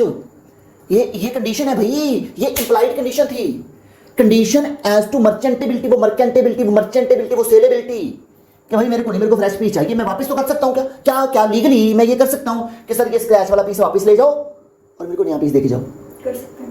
क्या मैं कह सकता हूँ डेंट वाला पीस वापस लेके जाओ और मेरे को नया पीस देके जाओ? कह सकते हैं। कर तो सकते हैं ना।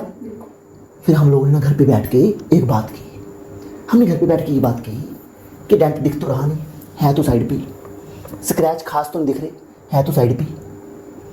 ऐसा करते हैं, सेलर से पूछते हैं कि भैया देखो जहाँ तो बिल्कुल ऐसे फ्रेश पीस भेज दो जिसपे ना कोई स्क्रैच हो ना उस पर कोई डेंट हो।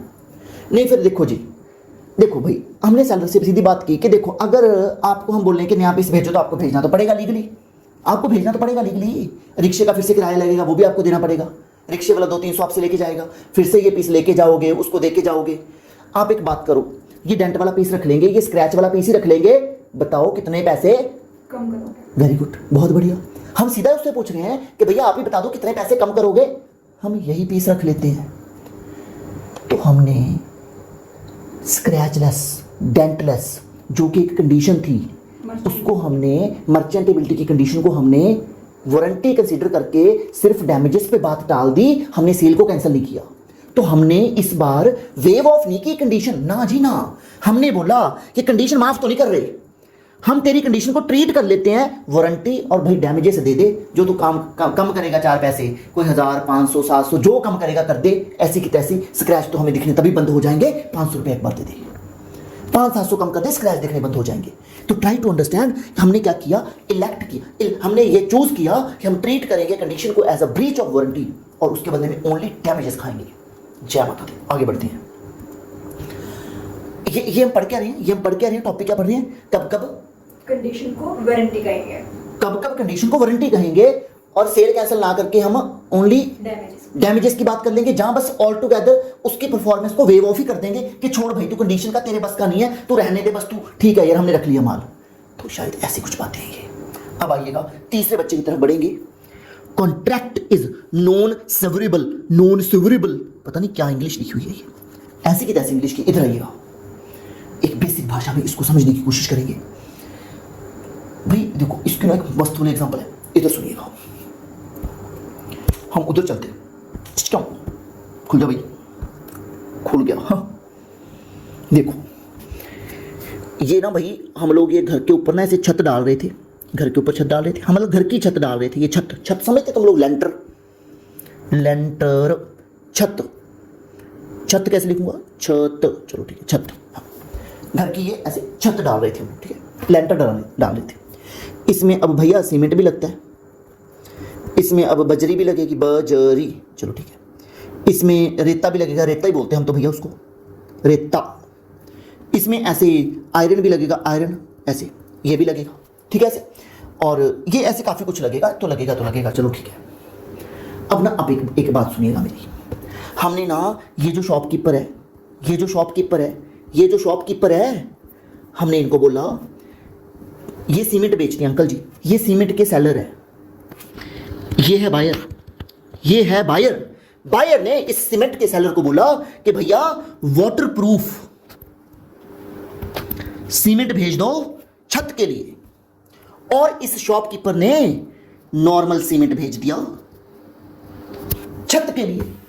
अब बताओ वाटरप्रूफ सीमेंट होना कंडीशन है कि वारंटी है?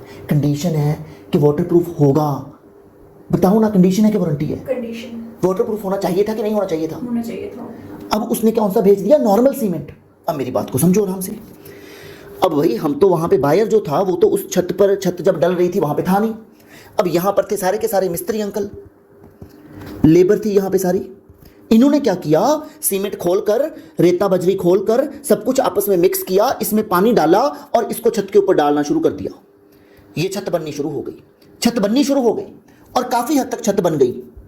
उस वक्त हम यहां पे आए और जब हमने आके यहां पर देखा कि ये नॉर्मल सीमेंट से छत बन रही है, तो हमने इमीडिएटली अपने इस मिस्त्री को रोका कि मिस्त्री अंकल रुकिएगा। हमने इमीडिएटली इस सेलर को कॉल की कि सेलर तेरा दिमाग नहीं है क्या, हमने तेरे से वाटरप्रूफ सीमेंट मांगा था और तूने हमें नॉर्मल सीमेंट भेज दिया। तो जैसे ही हमने सेलर से बात की, ये सेलर कहता सॉरी सर, सॉरी गलती होगी जी, सॉरी माफ करो जी, आप ये सीमेंट हमें वापस कर दो, मैं आपको वाटरप्रूफ भेज रहा हूं। मैंने कहा कि खुद निकाल ले इसमें से आके, ये सीमेंट मिक्स होके भाई लग चुका है छत के ऊपर, अब इस सीमेंट को मैं कैसे अलग करूंगा? मैंने उसको डांटा, मैंने उस सेलर को बहुत डांटा। अब मैंने इसको बोला कि भैया ये सीमेंट नहीं अलग हो सकता। तो मैं आपको बताना चाहता हूं, अब इस केस में मैं बायर हूं और मेरे को मजबूरी में इस नॉर्मल सीमेंट को एक्सेप्ट करना पड़ेगा और मैं इस सेल को कैंसिल नहीं कर सकता, जबकि मैं कैंसिल करने का हक रखता था। तो मेरी मजबूरी में ये सीमेंट मेरे को कबूल करना पड़ा। तो कुछ चीज़ें मजबूरी में कबूल करनी पड़ती हैं, कोई भी इसको अपने दिल पे नहीं लेगा, ये जनरल एग्जांपल है। चलो अब हम लोग आगे बढ़ते थोड़ा सा। तो अब मैं आपको बताना चाहता हूँ, ये जो सीमेंट अब हमने कबूल किया, ठीक हो गया, हमने बोला कि भाई ऐसे ठीक है, इसको दे जाओ, एज इट इज दे जाओ, कोई दिक्कत वाली बात नहीं है। अब यार क्या हम इस शॉपकीपर से थोड़े बहुत डैमेजेस, कुछ मुआवजा, कुछ रेट कम करवा सकते, कुछ इसको डांट सकते, कुछ इसको फटकार सकते, कुछ ऐसा कुछ तो कर सकते हैं ना। हाँ ये कर सकते हैं भाई, सेल भी कैंसिल हो सकती। अब सेल इसमें से कैसे निकालेगा भाई तो सीमेंट? तो अब देख भाई, ये क्या लिखा हुआ है, कॉन्ट्रैक्ट इज नॉन सेवरेबल। अब वो चीजें अलग अलग हो ही नहीं सकती। बायर हैज एक्सेप्टेड, सारी गुड्स एक्सेप्ट कर ली, जहां उसका पार्ट एक्सेप्ट कर लिया। अब जहां तो मैंने कहा बस ठीक है यार, तू जो सीमेंट यूज हो गया वो रख लिया, जो बचा हुआ है वो ले जा, तो मैंने पार्ट एक्सेप्ट कर लिया। जहां मैंने कहा बस छोड़ यार, अब थोड़ी सी छत रहेगी, वो भी इसी से डाल देंगे, नालायक सा, ऐसे। तो इसको बोलते कॉन्ट्रैक्ट इज नॉन सेवरेबल। तो अब इस केस में भी क्या बना, कंडीशन क्या बन गई, वारंटी। जय माता दी। और लास्ट बच्चा बहुत ही प्यारा बच्चा है। लास्ट बच्चे ने सिंपल सी बात बोली, अगर जो कंडीशन हमने फुलफिल करनी थी उस कंडीशन को, फुलफिलमेंट ऑफ द कंडीशन, जहां वारंटी को लॉ ने ही वेव ऑफ कर दिया, लॉ ने ही माफ कर दिया, लॉ खुद बीच में आ गया, लॉ कहता छोड़ो भाई ये नहीं होने वाला, आप नॉर्मल काम करो, तो बस बात ही खत्म है। फिर हमारे को तो बीच में बायर और सेलर को तो घुसने की जरूरत ही नहीं पड़ेगी। अगर लॉ खुद ही बीच में घुस के, जहां तो लॉ चेंज हो गया ड्यू टू सम इम्पॉसिबिलिटी, जहां कोई भी रीजन, जब मान लो कोई वॉर लग गई, हमने बोला था कि भैया ये सप्लाई ऐसे ऐसे करनी है, अब कोई कानून बीच में आया, कानून कहता सारे टिक्के घर पे बैठो, किसने कोई सप्लाई नहीं करनी, तो बात खत्म हो गई। हमने बोला था ये वाली पैकेजिंग करेंगे, लॉ बीच में आया, वो कहता भैया ये वाली पैकेजिंग नहीं हो सकती, घर पे बैठो, तो ठीक है भाई, अब कंडीशन कहां से फुलफिल हो जाएगी, जब लॉ खुद ही बीच में आके कह रहा है कि यार ये नहीं होने वाला, तो फिर हम नहीं कर सकते उसको। तो मोटे मोटे 4 बच्चे, जहां पर तुम कंडीशन को क्या मानोगे, अरे बोलो ना, कंडीशन को क्या मानोगे, वारंटी। 4 बच्चे हैं जहां पर आप कंडीशन को क्या मानोगे, वारंटी। तो वो 4 बच्चे एक बार के लिए बोल के देखते हैं। पहला बच्चा था वेव ऑफ, जहां पे बायर ने कंडीशन जो थी उसको वेव ऑफ कर दिया कि रहने दो भाई। दूसरा था ट्रीट कर दिया उसको एज अ वारंटी और साथ में मांगे डैमेजेस। और तीसरा बच्चा था वो नॉन सेवरेबिलिटी, आई होप ये याद आ गया। और चौथा बच्चा है वेवर, और you can say एक्सक्यूजन by the law ने खुद ही एक्सक्यूज कर दिया कि भाई रहने दो यार, ये नहीं करना। आप मैं उम्मीद करता हूं तुम सब बच्चों से यहां तक हम पहुंच चुके हैं और हमने ये पढ़ लिया कंडीशन को कब कब वारंटी मानना है। चलो भी बच्चों और बच्चों, अब ये चैप्टर अपना ऑलमोस्ट अपनी आखिरी सांस ले चुका है। तो अब इस चैप्टर की बचे हुए की धज्जियां उड़ाते हैं, कंडीशन एंड वारंटी। अब ये चैप्टर में अपने पास जो टॉपिक बचा that is only cavity emptor, ये एक टॉपिक बचा, बाकी सारा चैप्टर की धज्जियां उड़ चुकी हैं। अब इसकी धज्जियां उड़ाएंगे तो सारे बच्चे पूरा दिमाग जोड़ के साथ में आ जाओ, हियर वी गो। तो ये जो कैविट एम्प्टर वाला टॉपिक रह गया अब अपना, ठीक है, अब इसको आराम से समझने की कोशिश करो। देखो इसमें कोई टॉपिक और तो अपना नहीं बचा, ये चैप्टर यहाँ से ये डिफरेंस है, ये तो ये ठीक है। तो ये टॉपिक अपना इतना सा रह गया और इसी के साथ ये चैप्टर समाप्त हो जाएगा। तो अब समझो व्हाट इज कैविट एम्प्टर, ये क्या चीज़ है, क्यों है, कैसे है। तो अगेन एक एग्जाम्पल के साथ तुम्हें समझाने की कोशिश करूंगा। हाँ, तो इधर देखो यार, ये ना ऐसे बोलता है, ये जो कैविट एम्प्टर है ये बोलता है कि भैया let the buyer be aware नहीं लिखा, एक बार इधर ध्यान दो ना, जल्दी से स्क्रीन पे देखो ना, लेट द बायर बिवेयर है। कोई जैसे वो कहीं पर कोई ऐसे डॉगी नहीं बना होता, कुत्ता होता, तो वो लिखते थे बिवेयर ऑफ, पता क्या होता है, डॉग ऐसा होता है ना, हाँ बिवेयर ऑफ डॉग्स। हाँ तो मतलब क्या होता है इसका मतलब कि कुत्ते से सावधान, बच के रहो ना। तो इन्होंने क्या बोला कि let the buyer beware, मतलब कि बायर बच के रहे, ऐसा क्या? यस। ये यही मतलब हुआ क्या? तो अब एक बच्चों वाला बेसिक सा डाउट है, मेरी बात इधर सुनो तुम लोग।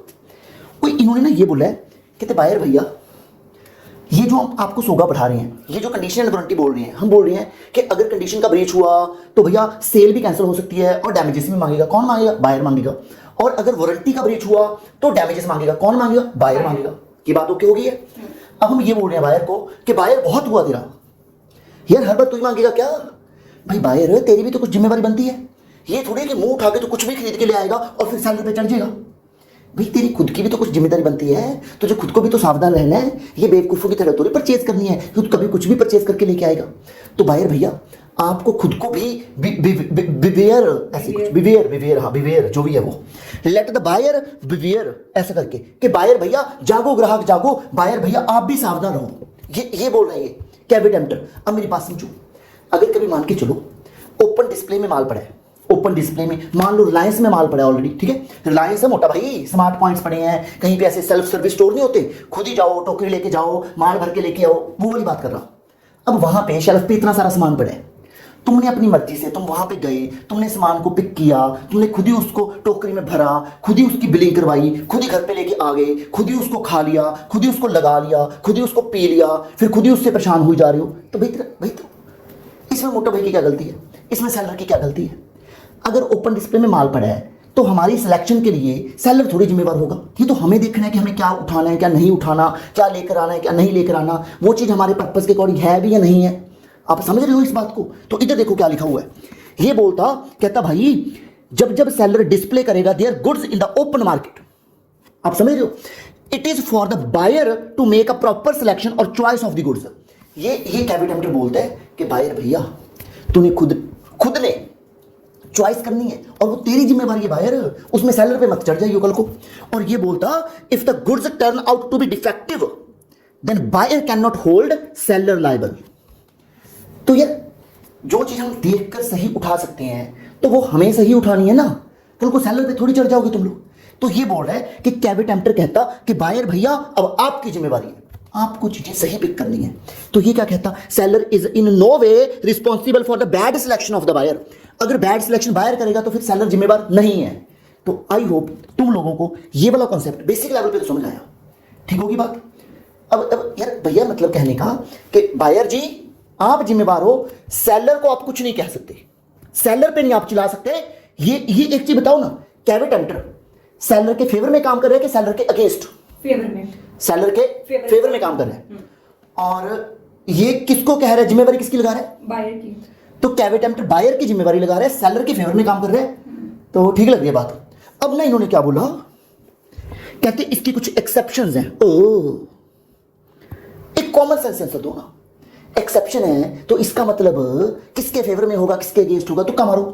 बायर के फेवर में होगा एक्सेप्शन है तो। एक्सेप्शन है तो बायर के फेवर में, बायर के फेवर में और सेलर के रिस्पॉन्सिबिलिटी, और सेलर के अगेंस्ट मतलब सेलर की रिस्पॉन्सिबिलिटी होगा। तो इसका मतलब शायद ये होगा कि एक्सेप्शंस में जितने भी हम बच्चे पढ़ेंगे, अब एक्सेप्शन के बच्चे देखो कितने हैं, 1 2 3 4 5 6 7 8 बच्चे हैं टोटल। एक्सेप्शंस के 8 बच्चे हैं। इन 8 बच्चों में हम क्या बोलेंगे, बायर जिम्मेवार बोलेंगे कि सेलर जिम्मेवार बोलेंगे? अरे बताओ ना क्या बोलेंगे। इन 8 एक्सेप्शंस में हम क्या बोलेंगे कि भैया बायर तुझे ध्यान रखना है, कि ये बोलेंगे कि सेलर तुझे ध्यान रखना है? सेलर तुझे ध्यान रखना है, हम ये बोलेंगे क्या? तो एक्सेप्शंस में हम बोलेंगे कि सेलर भैया आपको ध्यान रखना है, ये बायर की जिम्मेवारी तो शायद नहीं है ना। नहीं सेलर। तो एक एक करके ट्राई करके देखते हैं। इधर आओ, जय माता दी, here we go. Fitness as to quality और यूज। ओए भाई क्वालिटी, एक मिनट, वही क्वालिटी वाला टॉपिक कहीं पहले भी पढ़ा था, हमने बोला था ना कि भैया वो दो, हमने ऊपर इंप्लाइड कंडीशन पढ़ी थी, इंप्लाइड वारंटी पढ़ी थी। इंप्लाइड कंडीशन के कितने बच्चे थे? 7। इंप्लाइड वारंटी के कितने बच्चे थे? 4।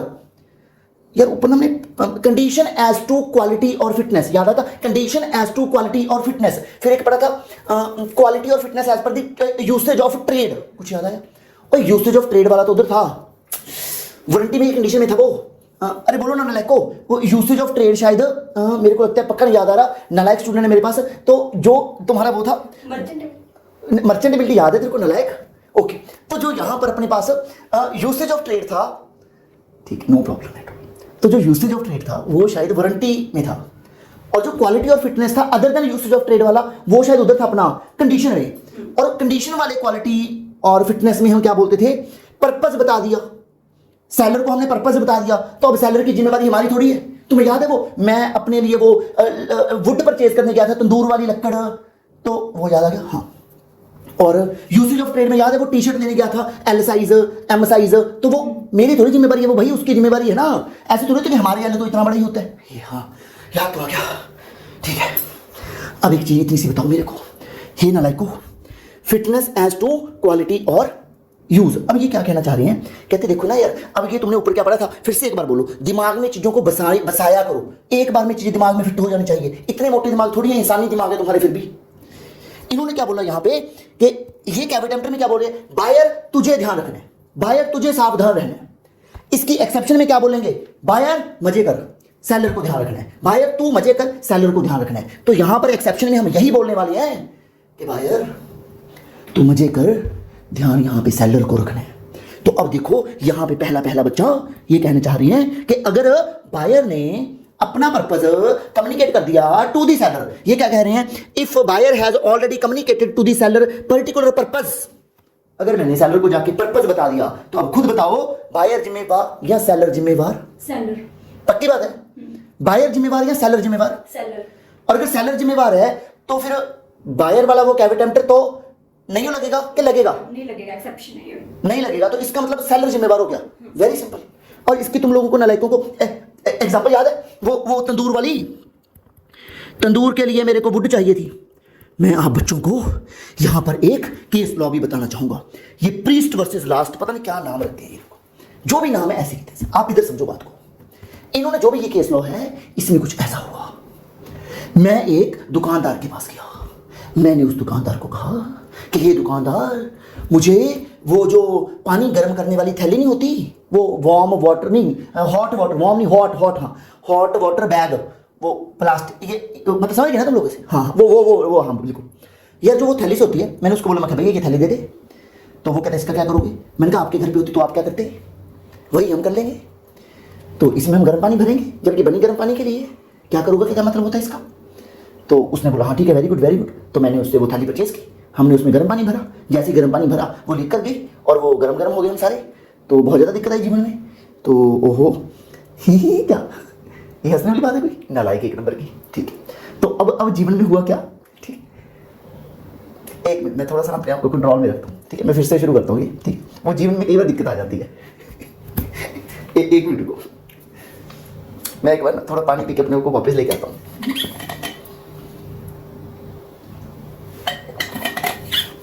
और ठीक है, तो जो वार्म वाटर वाली थैली है, अगर वो फट गई, ठीक है ना, तो आप इस बात को समझो भैया, अब मेरी क्या जिम्मेवारी है इसमें। जब मैंने तेरे को बताया भाई कि मेरे को थैली दे दे, इसमें गर्म पानी भरना है, तो गर्म पानी भरने के लिए थैली देना भाई मेरे। अब मैंने पर्पस तेरे को बता दिया, तो मैं थोड़ी जिम्मेवार हूँ भाई, तू ही जिम्मेवार है। ये था ये केस लॉ। अब इधर वापस आओ, क्या यार एक थैली के लिए लड़ पड़े पागल से। अब इधर वापस आइएगा, ट्रेड यूसेज, वही भाई, ये वही है, क्वालिटी और fitness as per the usage of trade. अगर मान के चलो मैंने दुकानदार को बोला कि दुकानदार भैया मेरे को एक टी शर्ट दे दो, एम एल कुछ भी साइज मैंने बता दिया उनको, L size, M size, XL, जो भी बोला, तो यार अब वो as per the usage of trade fit होनी चाहिए। मेरी जिम्मेवारी या उसकी जिम्मेवारी, बायर की जिम्मेवारी या सेलर की जिम्मेवारी, अरे बोलो ना, सेलर की। तो सेलर की जिम्मेवारी है, तो फिर से क्या बायर को वो सावधान सावधान बिवेयर रहना है या सेलर को रहना है, सेलर को रहना है। जय माता दी, मेरा काम खत्म है। और इसीलिए तो इसको क्या बोलते हैं, exceptions to the cavity emptor. चलो भाई अब आगे बढ़ेंगे, थोड़ा जल्दी करेंगे, हियर वी गो।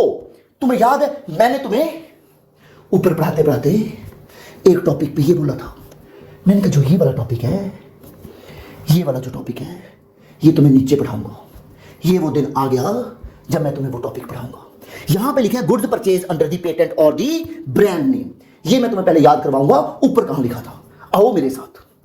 जीना यहां मरना यहां, इसके सिवा जाना कहां, मिल गया। अब आप इधर देखो सारे लोग, this implied condition will not apply if the goods have been sold under the trademark और द पेटेंट नेम। ये मैंने तुम्हें याद है यहां पे पेंडिंग छोड़ा था। अब इसकी बारी आ चुकी है, अब करवाऊंगा इसको। तो अब देखो इधर आके, सुनो मेरी बात, तुम आओ मेरे साथ। देखो भाई, अगर ना आप कभी किसी ब्रांड नेम या किसी ट्रेडमार्क के अंडर, किसी पेटेंट के अंदर कोई प्रोडक्ट परचेज करते हो, इसको ना बहुत ज्यादा कॉम्प्लिकेट नहीं करते टॉपिक को, एक सिंपल भाषा में समझते हैं। एक मिनट फिर से बताऊंगा, एक टॉपिक पूछता तुमसे, छोटा सा टॉपिक पूछता।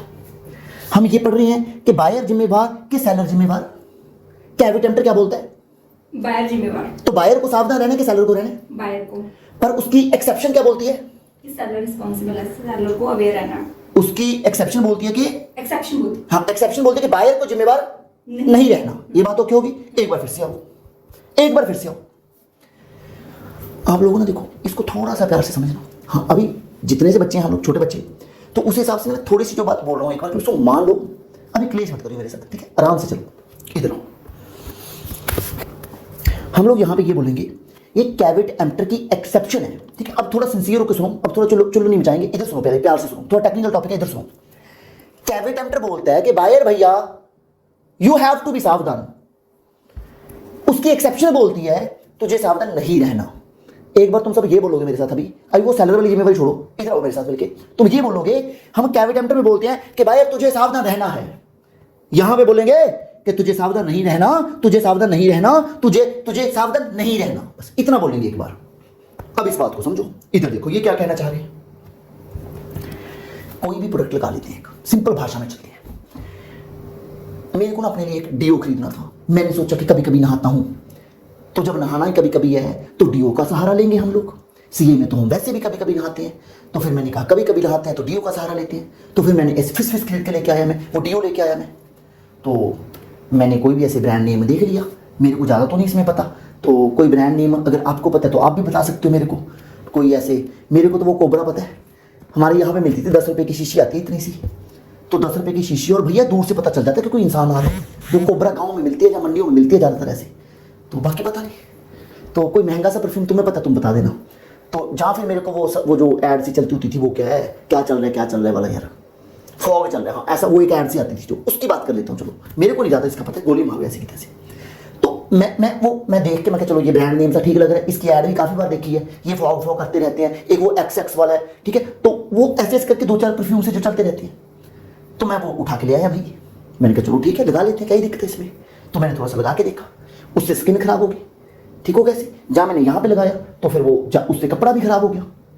तो अब मेरी बात 1 मिनट के लिए समझो, सिलेक्शन मैंने की थी, ऑब्वियसली बायर ने की थी।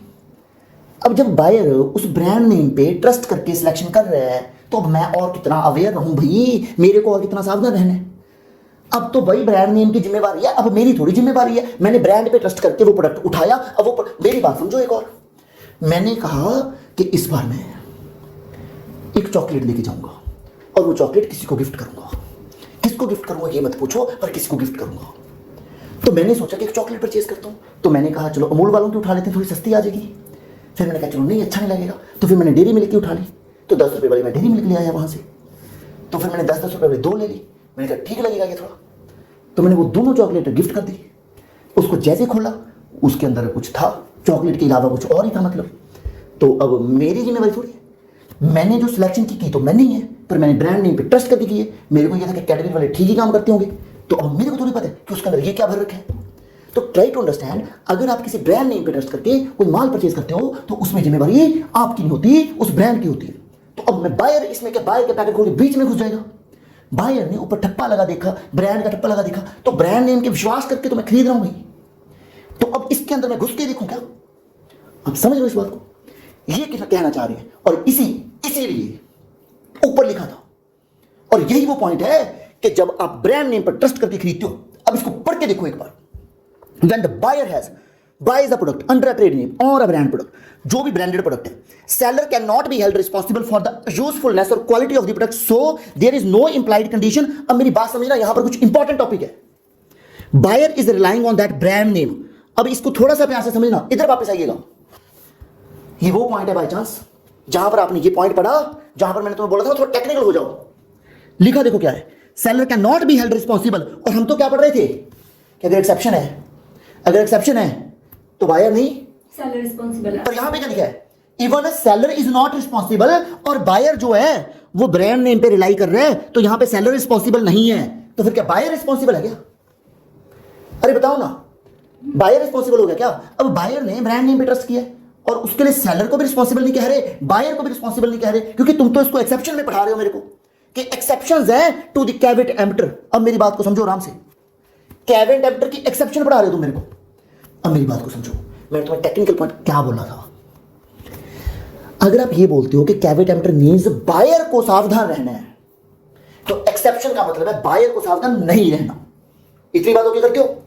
पहले पॉइंट में बताओ, अगर मैंने सेलर को अपना पर्पस बता दिया तो क्या मेरे को अवेयर रहना है? तो मेरी जिम्मेवारी खत्म। अगर as per the trade usage वो प्रोडक्ट होना चाहिए और मैंने बायर ने सेलर को बता दिया कि भैया मेरे को एम साइज की टी शर्ट, एल साइज की टी शर्ट दे दो, तो अब क्या बायर जिम्मेवार है एल कितना होगा? नहीं। जय माता दी। तो हम यहां पे अब बोलेंगे क्या कि एक्सेप्शन में बायर इज नॉट रिस्पॉन्सिबल। फिर से आ जाओ, एक्सेप्शन में बायर इज नॉट रिस्पॉन्सिबल। तो अब यहां पे भी हमने क्या पढ़ा कि अगर ब्रांड नेम के अंदर, ट्रेडमार्क के अंदर, पेटेंट के अंदर मैं कोई गुड्स परचेज करता हूं तो क्या यहां पर अब बायर जिम्मेवार है? Answer is no, buyer is not responsible. Buyer ने ब्रांड पे ट्रस्ट करके माल खरीदा है, अब मजबूरीवश सेलर ने भी ब्रांड पे ट्रस्ट करके ही माल बेचा है, तो रिस्पॉन्सिबिलिटी अल्टीमेटली जाएगी उस मैन्युफैक्चरर की, उस ब्रांड की जिसका वो प्रोडक्ट है। अब यहां तक पहले आप आ रहे हो मेरे साथ। अब इस बात को ये समझो कि ये पॉइंट तुम्हें ये सिखा रहा है एक्सेप्शन में। एक्सेप्शन को ना वैसे पढ़ा भी ऐसे ही करो, थोड़ा बच्चों के लेवल से थोड़ा आप बराबर आए एक बार, हल्का हल्का नहीं सर, बच्चों के लेवल पे पढ़ाओ। फिर सुन तो एक मिनट के लिए, अगर मैं तुम्हें ये कहता हूं कैविट एम्प्टर मींस बायर को सावधान रहना है, उसकी एक्सेप्शन में एक बार ये बोलना कि बायर को सावधान नहीं रहना, बायर की जिम्मेवारी खत्म है। तो वो जिम्मेवारी है किसकी? धीरे धीरे लेवल अप करेंगे, आ जाओ साथ में मिलके। अब तक के 3 बच्चे, पहला बच्चा क्या, मैंने पर्पस दिया बता, मैंने पर्पस दिया बता, अब मेरी मेरी मेरी मेरी जिम्मेवारी ओवर। अगली बात, अगर वो as per the usage of trade product होना चाहिए तो बस होना चाहिए, मेरी जिम्मेवारी ओवर। अब अगर मैं ब्रांड नेम पे ट्रस्ट करके खरीद रहा हूं तो सुनिएगा, फिर से पढ़ देता हूं, गुड्स जो हैं वो फिट होनी चाहिए for the purpose of the buyer, जो बायर का इंटेंशनल पर्पस है। Here buyer is relying on the brand name, तो यहां पर buyer is again not responsible. और मजे की बात, इस जगह पर सेलर भी जिम्मेवार नहीं है, और इसीलिए तो जिम्मेवार कौन है फिर? कंपनी मैन्युफैक्चरिंग, वो ब्रांड।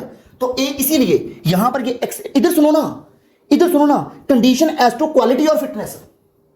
इसीलिए ये यहां पे लिखा गया था कि जब आपने भैया सेलर की जजमेंट पे उसको बता के उसकी स्किल पे ट्रस्ट करके सामान खरीदा, तो उन्होंने बोला था ना कि ये वाली जो कंडीशन है ये वहां पे नहीं लगती जहां पे प्रोडक्ट, ट्रेडमार्क, पेटेंट नेम जहां किसी ब्रांड नेम में बिक रहा है। Not apply, this implied condition not apply.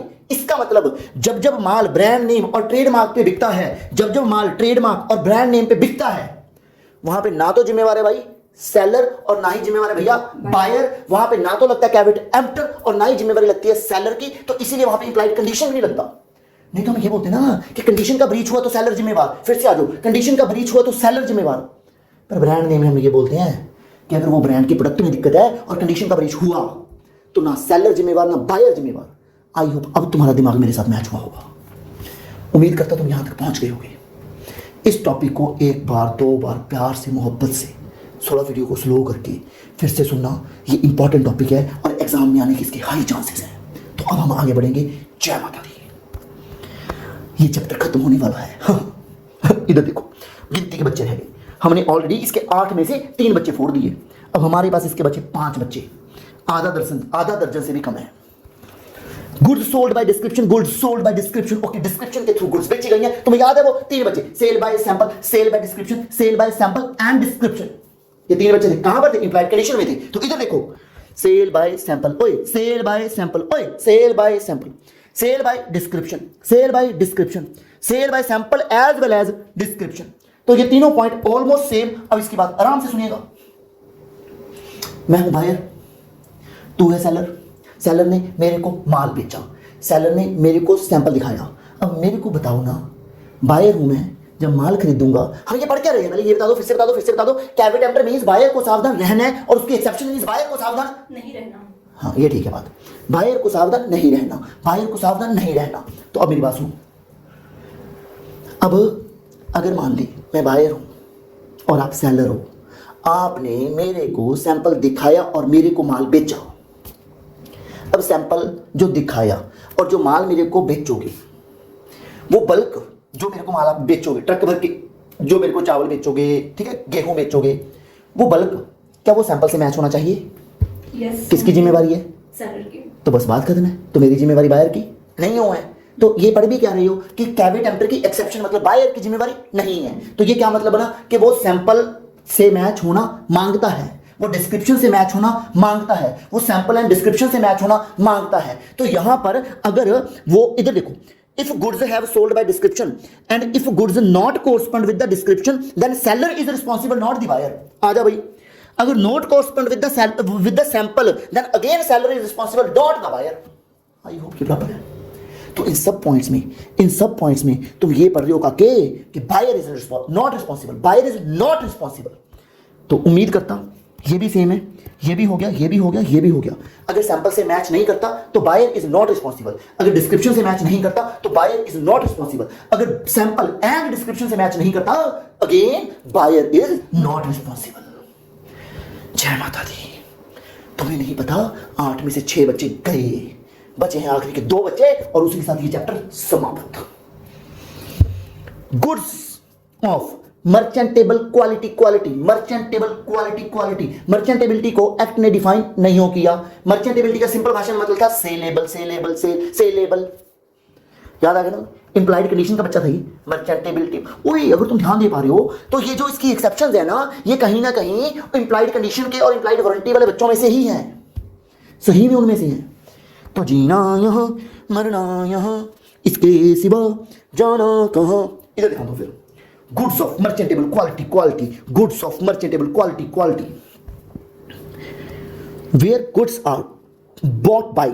ओ यार इतना तो ना ही घुसे ना, तो सिंपल रख लो, वो सेलेबल होना चाहिए। वो ऊपर पढ़ा भी था हमने मर्चेंटेबिलिटी, वही लिखा हुआ है, जमा 100% सेम लिखा हुआ है भाई। इधर ध्यान दो। Caveat emptor is not applicable for latent defect. इसका मतलब था हिडन डिफेक्ट। वो याद आता क्या?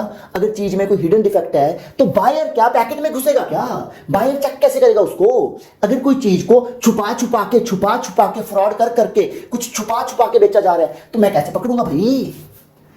हिडन डिफेक्ट, लेटेंट डिफेक्ट के लिए obviously buyer is not responsible. और तुम यही पढ़ रहे हो कि बायर की जिम्मेवारी कहां पे नहीं होती, क्योंकि तुमने पढ़ा था कैविट एम्प्टर जिसका मतलब था बायर इज रिस्पॉन्सिबल, और उसकी एक्सेप्शंस का मतलब है बायर इज नॉट रिस्पॉन्सिबल। तो तुम यही पढ़ रहे हो कि बायर इज नॉट रिस्पॉन्सिबल। अगर लेटेंट छुपा हुआ डिफेक्ट है तो बायर इज नॉट रिस्पॉन्सिबल। आगे बढ़िएगा। आखिरी बच्चा, ये फिर से सेलर एक्टिवली कंसील्स डिफेक्ट और गिल्टी ऑफ फ्रॉड। अगर सेलर कभी फ्रॉड रहा है, सेलर ने छुपा के चीजें चेंज करके चीजें हमें बेची हैं, तो मैं क्या करूं भाई? हम लोग ये सीआईडी करने थोड़ी निकले हैं घर से। हम ये सोच के थोड़ी निकलते हैं कि सामने वाला फ्रॉड करके बैठा होगा, हम उसकी चीजें तोड़ के खोल के देखेंगे। भाई नॉर्मल परचेज करते हैं ना। अगर सामने वाला फ्रॉड कर रहा है, सामने वाली चीजों में डिफेक्ट छुपा के बेच रहा है, तो फिर अब क्या ही कर सकते हैं? तो बायर कितना ही अवेयर हो जाएगा, बायर कितना ही सावधान हो जाएगा। Where the seller sells goods by making some misrepresentation or fraud, actively conceal some defect, again buyer is not responsible. Caveat emptor वहां पे अप्लाई नहीं होगा। आप मेरे को ये बताइएगा, आपको ये सारे बच्चे मैं उम्मीद करता हूं दिमाग में बस गए होंगे। तो अब आप इस चीज को ऐसे समझिएगा, ये जो आपका चैप्टर है कंडीशन एंड वारंटी, ये संपूर्ण होता हुआ और इसी के साथ सेल्स ऑफ गुड्स एक्ट का एक ये वाला चैप्टर हमारा कंडीशन एंड वारंटी समाप्त। ये इंपॉर्टेंट चैप्टर है, एग्जाम में इसके हाई चांसेस हैं। अब हम लोग नेक्स्ट चैप्टर में मिलेंगे और बहुत जल्दी मिलेंगे। जय माता दी। उम्मीद करता ये वाला काम तुम्हारा खत्म हो गया होगा और इन नोट्स को बहुत अच्छे से पढ़िएगा, हंसते खेलते रहिएगा और मिलते हैं हम लोग नेक्स्ट लेक्चर में। तब तक के लिए जय माता दी। ओके जी।